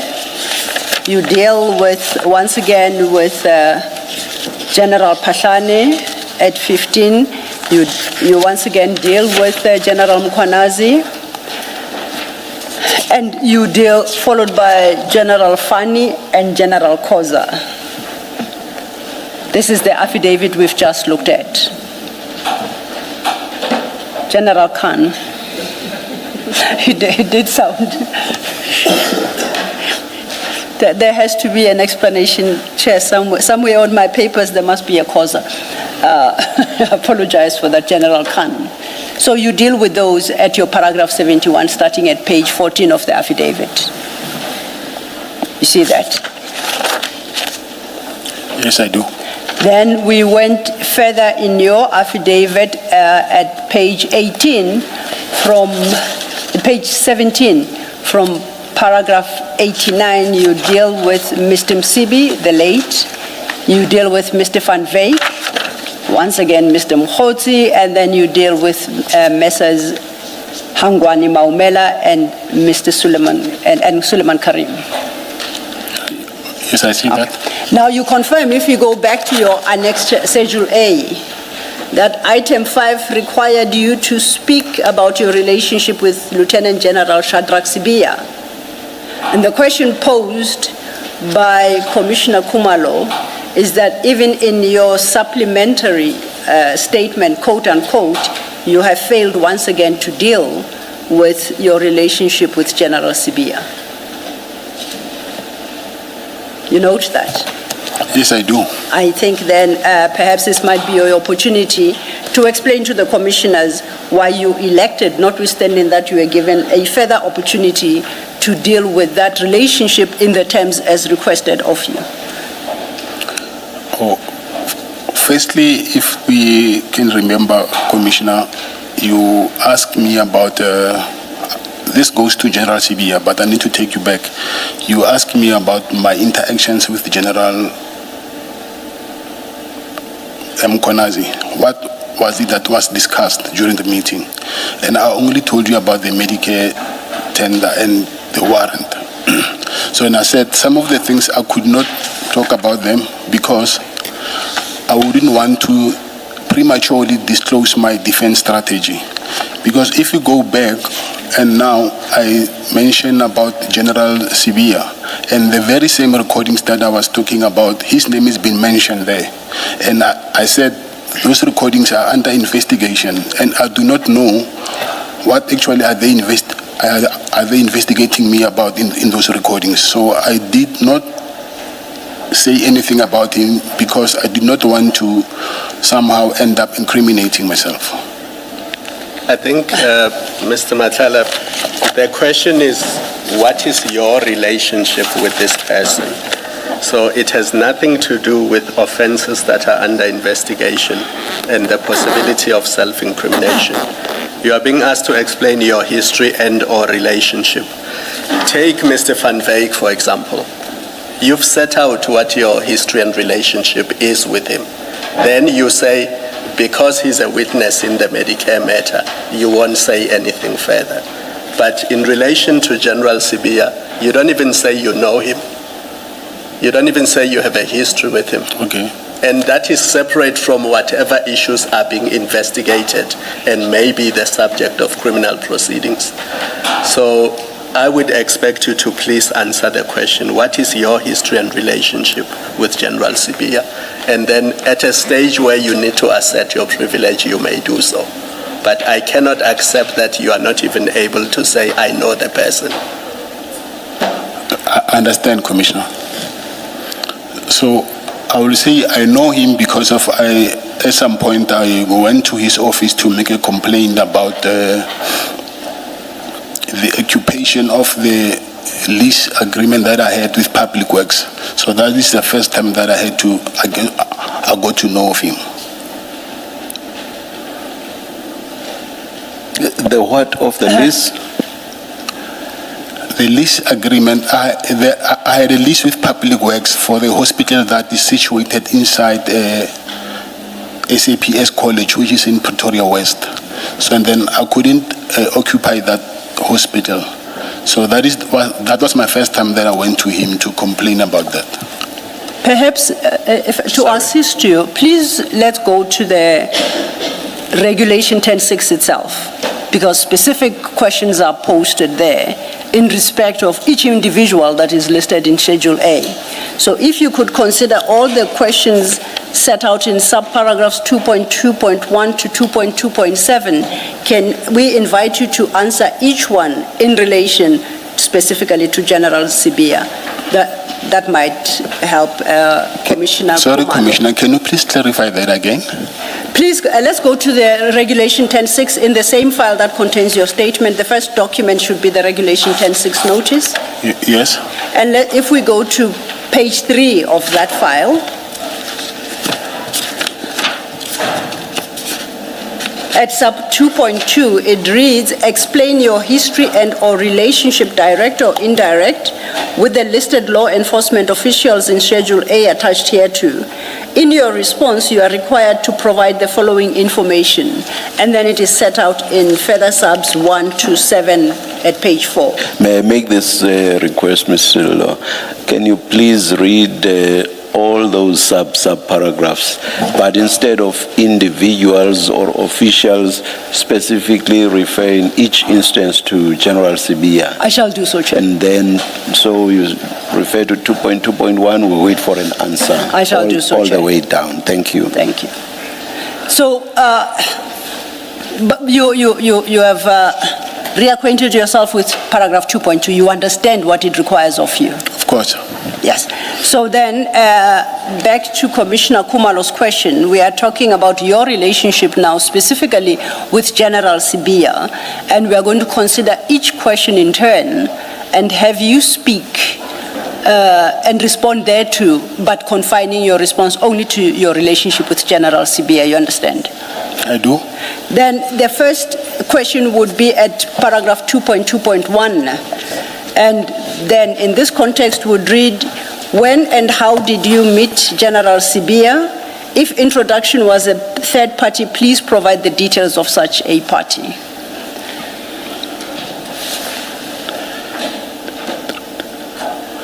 When our 2023 or 20, we still on General Sibia, right? Yes, only. Yes. It was in January, 2023 or 2024, I don't remember well. Okay. And then by how, I already explained how I met him. No, you haven't. You say you met him when you went to raise the issue of the lease agreement regarding the hospital at the subs college. That doesn't speak to the how. So I'm sure if I tried to go to that office, they won't grant me access. How did you gain access there? How did you secure that meeting to get the opportunity to put your gripe to him? Why did he entertain your visit? That's the kind of detail required. So if you could help us with that. Yes, it's because I sent him an email. Okay. And then requested for a meeting. And his email address was given to me by Sergeant Nkosi. Yes. That's, I think that will answer by a third party who made the introduction. So it was Sergeant Nkosi who made the introductions? Yes. Okay. The second then is at 2.2.2, the nature or description of your relationship with General Sibia. I do not have a relationship with him. Maybe not now, but let's say from the date you met him until the date of your arrest. What was the nature of your relationship with him? The description, nature. So your engagements with him, what were they? Were you engaging with him as a policeman, as what? The engagement, hence I said, is something which is under investigation, which I cannot. Yes, there are engagements, but it's something that is under investigation, and partly some charges that I'm currently facing. So for me to explain that to you, I have to go deep in and then explain the nature of the charges that I'm currently facing that involves him. Let me ask you this. Are you not able to say, these are the examples of the engagements I had with him? With these ones, there are no issues. But this one, I know that there's an investigation, so I assert my privilege. I would have a difficulty if you said, even when you met him at his office, to lay charges or to complain about service delivery. You're not going to tell us about it. But that I've already done it. Now, you mentioned one incident when you met with him to discuss the public works issue. Yes. So that was one. Of course. The question I asked you was, from that moment until the date of your arrest, what was the nature and description of your relationship? That's something that I cannot go into because it's under investigation. I cannot go into that. Did you, after you had met him for the first time, did the two of you socialize? Maybe meet at ceremonies, functions? You mean the first time? Did after you had met him for the first time? After? Yes, I met him. Did you socialize? Socialize meaning meet at meeting at a social ceremonies, gathering. meet Yeah. at ceremonies, functions? Yes, yes. Okay. And what sort of gatherings or ceremonies? It was an engagement party, I think. Whose engagement? I don't know whether it's his daughter or his son. I'm not sure about that. But it's between the two. I'm not sure whether it was the daughter or the son. All right. Thank you, Commissioners. You say, I will say it is under investigation, and of course I speak subject to your correction. You can't talk about your relationship with General Sibiya because what is under investigation exactly? Is it your relationship with General Sibiya that is under investigation? Is the contents of what is in the recordings regarding General Sibiya, and also is in relation with the Medicare tender. So what is under investigation insofar as your relationship with General Sibiya is concerned is regarding the Medicare tender? Yes, that's correct. And anything else? Like the contents that are in the recordings. What does that mean, Mr. Madlanga? Chairperson, for me to explain that, I have to obviously now speak about what is in the content of those recordings. You see, what I'm trying to understand is you are asserting a right, right? And the right you seek to assert is the right not to self-incriminate. Now, logic dictates that you can only self-incriminate in a specific offense. Do you understand what I'm saying, at least? I hear you. Okay. Now, what you seek to do, you say you can't talk of a relationship generally with this particular person because there is a risk you will incriminate yourself. That then raises the next question, incriminate yourself in what? You must be able to articulate that for the commissioners to accept that, yes, indeed, you do face such a risk. So you're going to have to articulate they're going to have to explain exactly what the offense is. The offense... Perhaps let me just explain where Ms. Silo is coming from. There is a decision by the Constitutional Court, and sitting here in a legal context, we are bound by those decisions. There is a decision by the Constitutional Court that says if someone is asserting the privilege that you are asserting, what they say must be within clearly defined contours or parameters. They cannot just in general say, I'm asserting my privilege against self-incrimination. So it's on that basis or at that level that Mr. Law is engaging you. Do you follow that? So you cannot just say, because issues relating to Mr. Or General Sibiya somehow relate to the Medicare 24 contract. I'm not willing to answer any question relating to that because I might incriminate myself. That may not fall within what the Constitutional Court prescribed. So it's on that basis that Mr. Law is engaging you. Are you in a position to respond, or do you want Mr. Law to repeat the question? So saying that it's because of the Medicare tender, it does not justify why I cannot comment on that. So I should explain, it's fraud, it's money laundering, so I do not know how I should explain that. I don't know. Okay, let's try it this way. You are You are facing a criminal charge in respect of Medicare 24 tender. Yes. General Sibia is not. Yes. What bearing does your relationship with General Sibia have on that charge you are facing when he's not your co-accused? Yes, he's not my co-accused, but he's been investigated. By who? By IDEC. In what case? For what crime? What offense? The Medicare tender. And what is the proof of that when he is already not part of the litany of accused who are now being charged for the Medicare tender? So you have about these 14, 15 people who are already facing criminal charges. Now you say by IDEC, initiated by IDEC, and you say he is still under investigation. On what basis do you so say? Because one would have expected that he formed part of this cohort of accused persons, which he doesn't.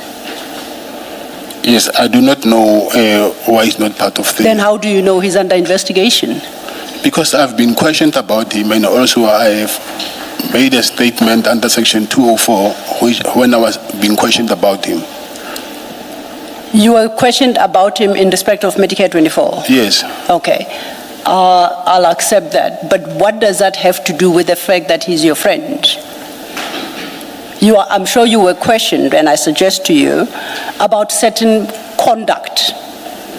His conduct. Was that not the extent of the questioning? Of course. So that conduct, you don't need to be friends for that conduct to raise questions and be subjected to investigation. We are not discussing his conduct. We are discussing your relationship with him. Why can't you comment on that without necessarily saying anything about his conduct, which you suggest IDEC is investigating? Commissioner, I've already commented on that. I don't know whether you want me to say. I told you he was not my friend. He's not my friend. But there is an investigation that is going on.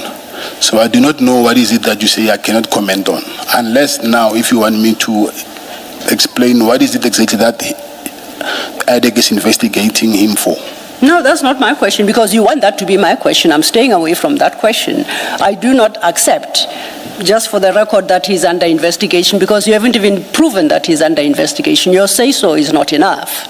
It's not your get-out-of-jail card to refuse to answer a question simply because you suggest somebody else, or you suggest that there is an investigation, and there is not a morsel of proof before us that there is such an investigation. It is no answer, but that's not what I'm asking you. I'm asking you about your relationship with the man, and that you describe the relationship. Is it a long-term relationship initiated on that particular date when you went to complain about the hospital, the SAPS hospital? Does it sustain? Has it broken down? Was it very close? Was it a business relationship? I'm giving you. And you see, so far, I haven't even gotten anywhere close to what IDEC is investigating him for. And I'm demonstrating that you can answer that question without reference to what you claim IDEC is investigating him for. Okay, then which question do you want me to answer? Please describe, in your own words, the relationship you have with General Sibia. You had, and if it has since changed, when it changed, and the one you currently maintain with him.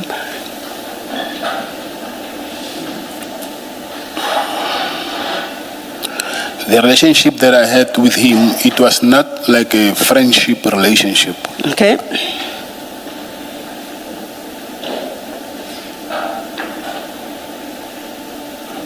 Well, if it was not like something, it has to be like another. What was it like?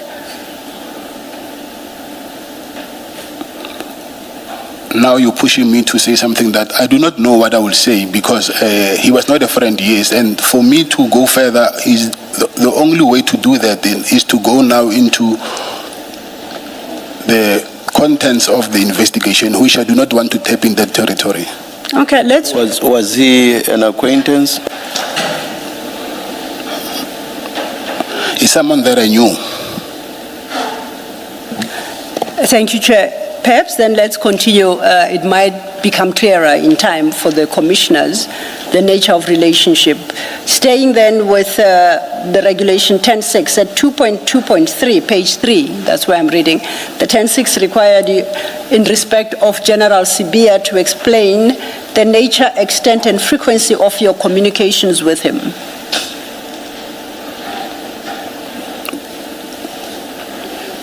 Communications, it was maybe once when I went.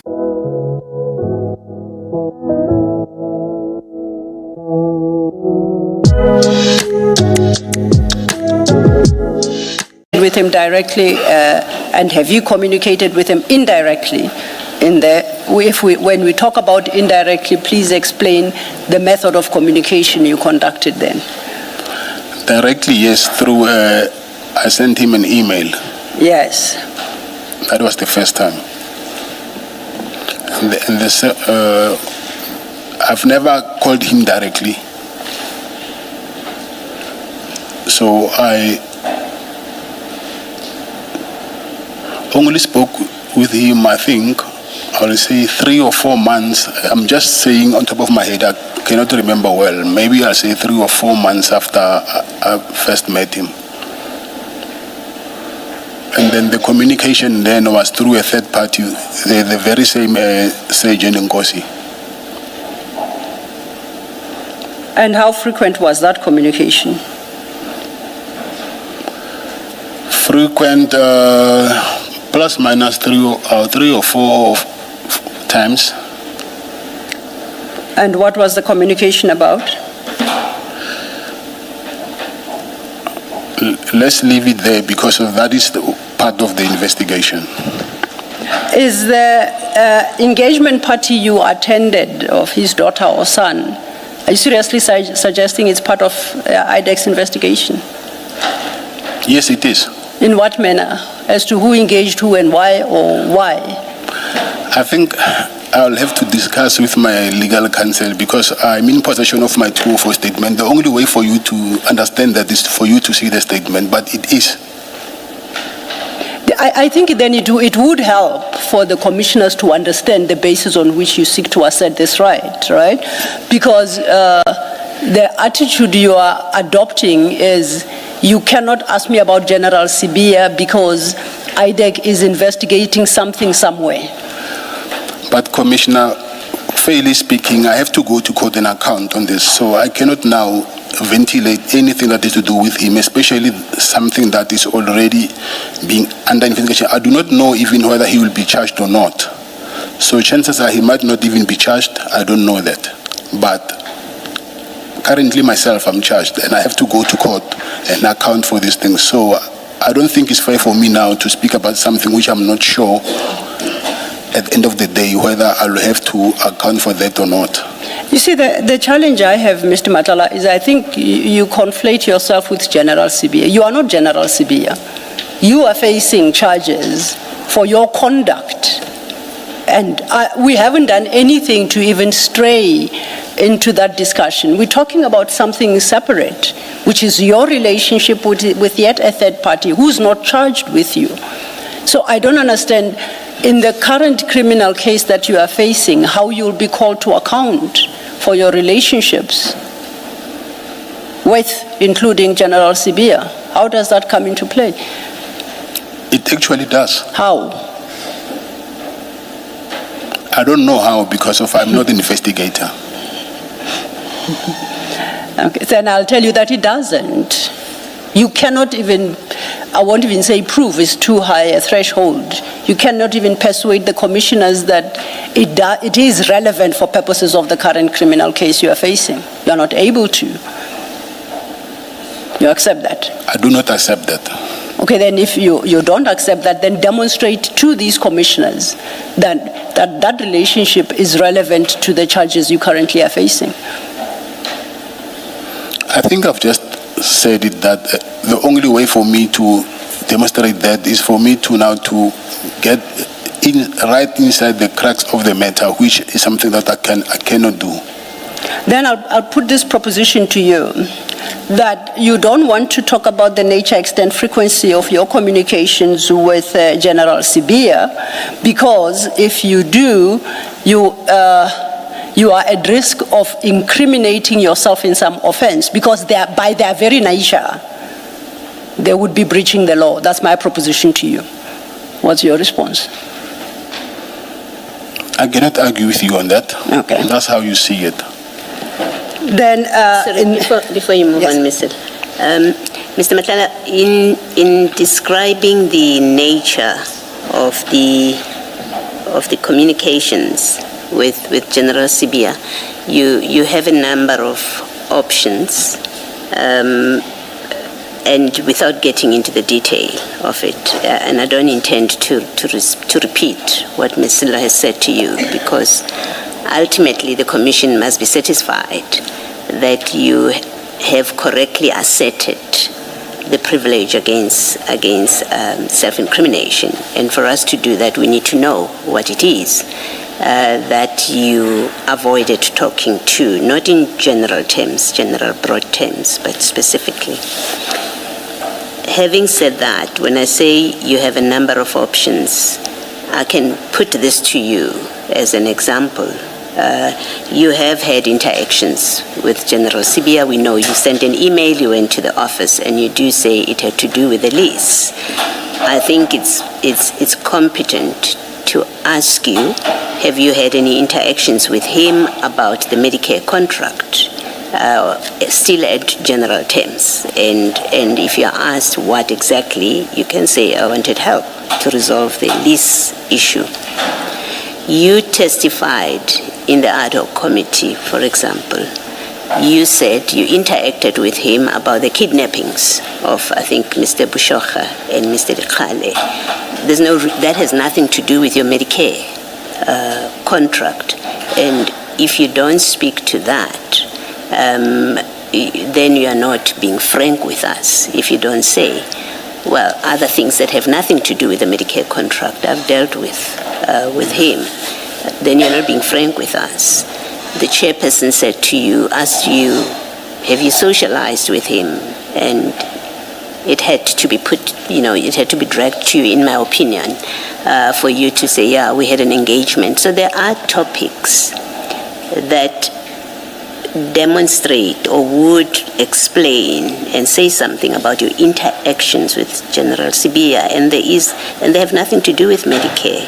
And there's no basis or valid basis for you not to speak to those when you're asked to explain your interactions with General Sibia. I think also what Commissioner Baloyi is referring to, I think we have had sight of the ad hoc committee transcript. If I'm not mistaken, I think it's in that transcript where you say, in fact, you contradict what General Sibia said before us here. You say you attended the engagement function, and that you did not go there just to pick up your wife, which is what General Sibia told us. You say you attended that, and as I understand it, you attended as an invitee, and you were there for a period much longer than just going there to pick up your wife. So I'm raising that in support of what Commissioner Baloyi is saying, which is there is a lot you can talk about, and I do not see how it's incriminating for you to tell us that you went to the engagement party and also to contradict General Sibia on what he himself said about your attendance there. Thank you, Chairperson. Chairperson, it's not only the Medicare tender. Like I said before, it's also the contents of the recordings which are also putting me at any risk of self-incrimination. So I do not know how is the approach of, I cannot tell now as I sit here what is the approach of the investigation. I do not know that. So when I testified in the ad hoc committee, by then I was not yet charged or even being under investigation. So now it's a different thing now. I'm charged and I'm also under investigation. You have only two bases on which you assert that privilege. You are either an accused or you're a suspect. There's no all-encompassing protection or umbrella that you say, well, I know it's being investigated and I don't know which way it will go. That's not what that protection that is given to you is all about. That protection applies if you show that I'm an accused on this issue, this very issue, and so I shouldn't be required to speak to it because I'll self-incriminate. That is the easier part. The other is I'm a suspect. But even there, you have to provide details because, as Ms. Silva says, it's not your say-so. You know, you don't just say, I'm a suspect, and that's the end of it. We are entitled to engage you to establish that indeed you are a suspect. Because if you're a suspect, of course, we have to be careful what we ask you if you are asserting that privilege and how we engage with you. So those are the two topics. That something is in the recordings is not sufficient to invoke that protection for you. You can't simply say, well, it's in the recordings and those recordings are being challenged and I don't know how they are going to use those recordings, therefore I should not be required to answer those questions. I think you can accept that if the privilege is properly invoked, if you rely on it properly, on the correct facts, the commissioners will give it proper regard because we wouldn't want to impinge on your fair trial rights. You can accept that, but the burden is on you to show us that in answer to a particular question will tread into your fair trial rights, and we must respect that. So far, you're speaking in you're dealing with matters in very broad and general terms, and that doesn't avail you. It's not available to you. But more importantly, you are either a suspect, and you have to show why you say you're a suspect in a particular matter, or you're an accused. Those are the only two circumstances. I don't know if you want to comment.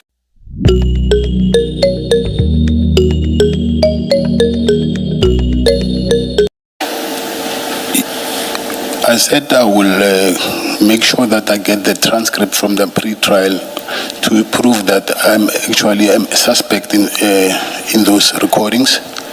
And I will say again that in those recordings, I did not know to which extent they're going to investigate.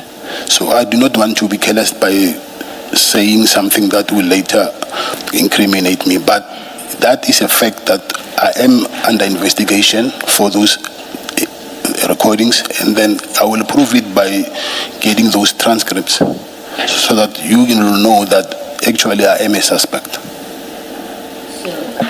Do you accept that we have to have those transcripts presented to us? They must be engaged upon with you. They must be before us. You must look at them. We must engage with them in order for us to agree with you on any item. It's not everything that's in the recording. I take it that you say is untouchable.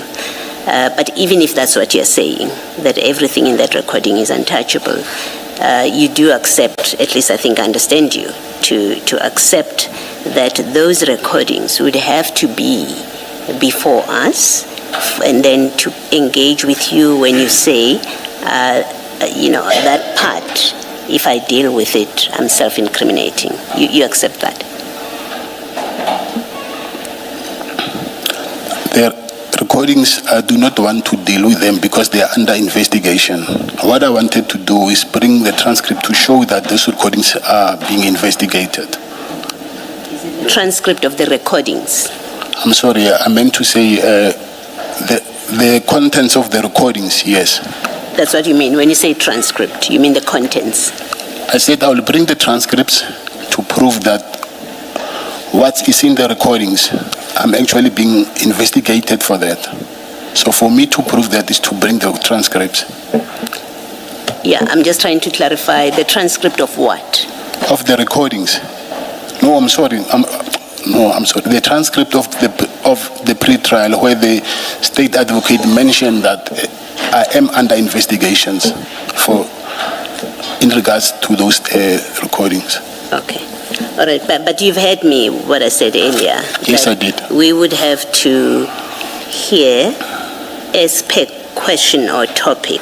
We need to see that indeed, if you are required to answer a question, a specific question relating to that topic, then it does validly raise the self-incrimination defense.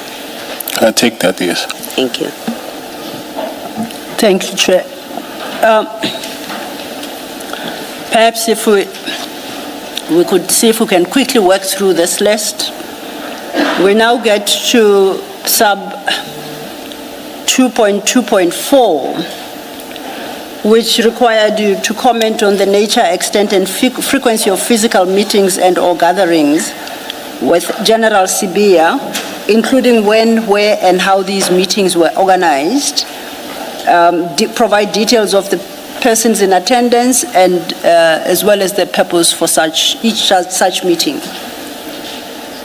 So if we look at 2.2.4, can you tell the commissioners how frequently you met with General Sibia and under what circumstances? I will say maybe 3 or 4 times. Can you deal with each incident as to the purpose of that meeting and how it came about? The first time I've already mentioned it. And the second time is when I was going to get a feedback of what I was complaining about. And how did you get that feedback? Where and? I went to his office also. Once again? Yes. And this was to get feedback on? The Public Works lease agreement. Okay. And who arranged that particular meeting for you? I think it's Sergeant Ngosi. Sergeant Ngosi. Do you know, how did Sergeant Ngosi communicate with you that the meeting, he has succeeded in arranging this meeting? He had my telephone number. Say that? He had my phone number. You still don't tell me how he communicated with you. I'm saying he called me. Okay. Now, and when he called you, did he call to say General Sibia wants to meet with you to give you feedback? Because it's Nkosi that calls you. Yes. Is that how it happened? Thank you.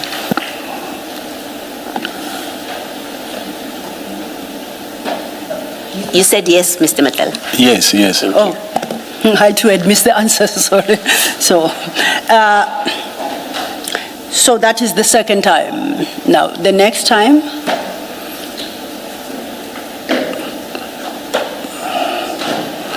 I think I will confuse the timelines because it's a long time ago, but okay. There was an occasion where he asked me about the Jerry Boshoga, so I do not know whether it was the third or the fourth time. I don't know that. Now, can you tell us more about that engagement? How it came about and who initiated it? He initiated it, yes. Directly with you or through Sergeant Ngosi again? Like I said before, he never called me even once. Okay, through who did he do this? With Sergeant Ngosi. And what about Jerry Boshoga? Did he want to engage you on? I think it was after the raid from my house, because the police came to my house and then they said that they were looking for a kidnapped victim. Okay. And then later I just don't know, I can't remember when, but at some point I went to him and then that's when he asked me that, what do I know about that? Oh, you went to him? Yes. Is it back at the office now? Yes. Who helped you to set up that meeting? I said it was Sergeant Ngosi. No, the Sergeant Ngosi, remember we stopped counting and I do accept that it's a long time, so you won't exactly know whether it's the second or third. Sergeant Ngosi organized for you to get the feedback on the lease agreement. That much you said. So now this is yet another meeting, and you didn't want to commit as to whether it's the third or the fourth. This is regarding Mr. Boshoga. You said he initiated it. You said General Sibia initiated it, and you said he did so through Sergeant Nkosi. Yes, I said. And you said you went to him Yes. at his offices. Yes. And so he requested to meet you. Yes. What about? Did he explain? Are we still on? On Mr. Boshoga, yes. Yes. Yes. It was about that. He asked me what I know about that. So then, if I understand your communication channel, he would ask Sergeant Nkosi what you know about that. Sergeant Nkosi would ask you in turn what you know, that General Sibia wants to know what you know about that. Your response would be, no, I don't know much, or I know whatever, and then is that how the communication works? Oh, no. Oh, please enlighten me. He asked him to arrange a meeting, then I went to him. Okay. And then that's when he told me. So he initiated this engagement with you? Yes. Do you know in what capacity he did so? Was he investigating this kidnapping, or was it as an interested person, as a relative? Do you have a sense of why he reached out to you on this matter? Yeah, I think he was, because what he said to me, but I don't know what to make out of that, but he said if he can crack that case, it will help him a lot. So I don't think it was because of he was a relative or something. Okay. So he initiated this contact for purposes of investigation? I think so, yes. Now, if that would be in his official capacity, I take it, as a police officer, I think a senior ranking member of the service. Yes, he was. It would be official. I don't know how we'll justify it to be official, but he just called me as a police officer, so I don't know. And that's precisely what I'm trying to determine. It's a police officer. Yes. You have been questioned about the kidnapping of Mr. Boshoga. I take it was not by him the first time when you say they came to your residence. Yes, yeah. So now we know that he subsequently becomes involved in it by requesting a meeting with you. Correct? Yes, that's correct. Hence my question, did you understand him to be investigating that disappearance of Mr. Boshoga? What was your understanding? What process were you engaging in, seeing as so far you had just met him twice about the lease agreement? But as a senior police official, maybe he will refer the investigation to someone else. I don't know how it works, but what I know that he called me and then he asked me questions in relation with Mr. Boshoga. So you don't know whether he was doing that as an investigator into the kidnapping? I cannot tell that. I don't know. Okay. And were you able to respond to his questions to satisfy his curiosity? I think so, yes. Okay.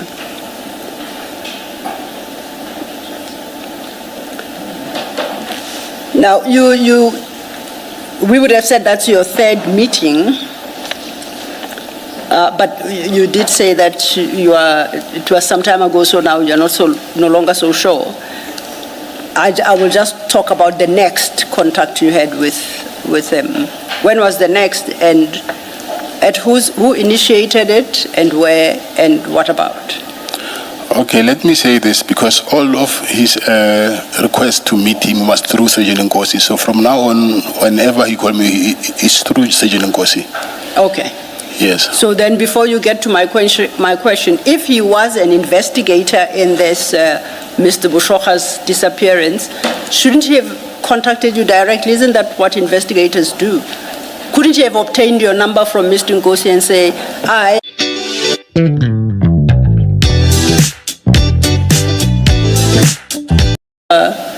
reason because I'm investigating a kidnapping? Why couldn't he contact you directly? That I cannot answer. I don't know that. So you did make the point that all future and passed, contact with him was initiated through Mr. Nkosi. As a matter of interest, did you ever inquire why or who made Mr. Nkosi the intermediary between the two of you? I think it's Mr. Nkosi himself who started this thing. How does he do that? Because he's the one who gave me his email address. Yes, the first time I can understand, but why couldn't you then have your direct contact with General CB after that, after the initial contact? Why did you always need to work through Sergeant Nkosi? I do not know that, but that's what was happening. I don't know that. It never crossed your mind that by now you are on your fourth contact, the one we are going to discuss next, that perhaps your relationship has developed to a point where you can contact each other directly?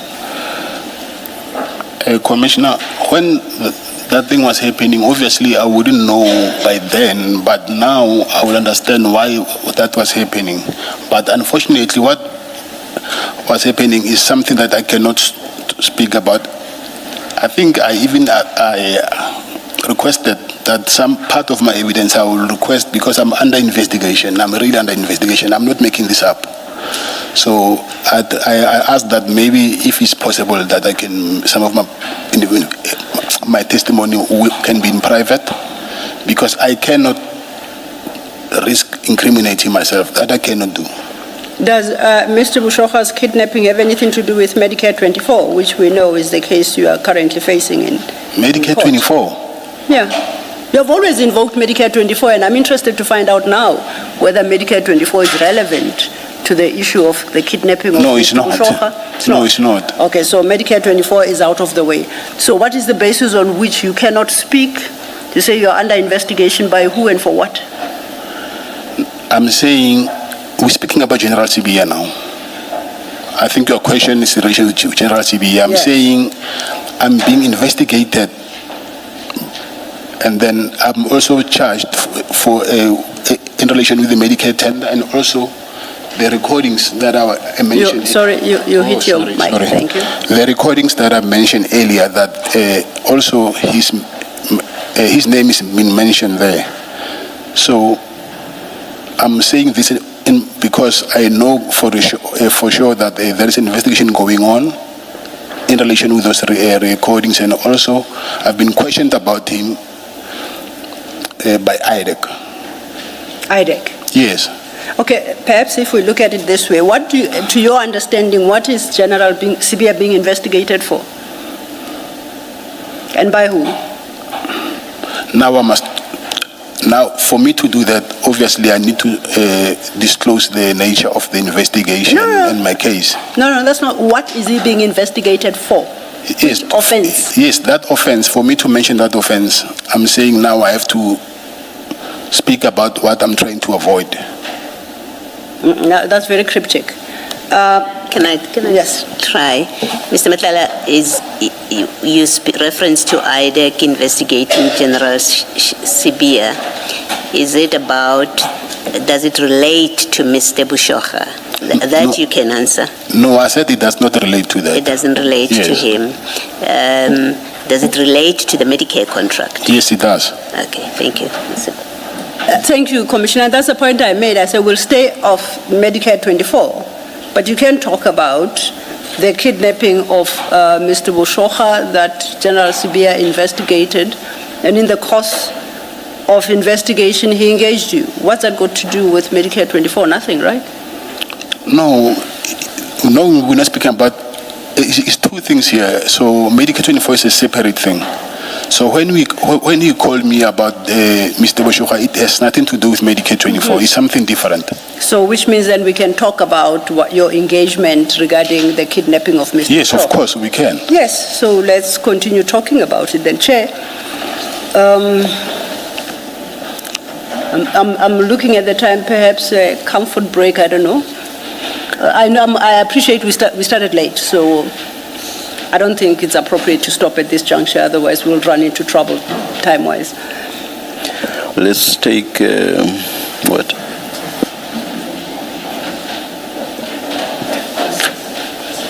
Let's adjourn and come back at 4:10.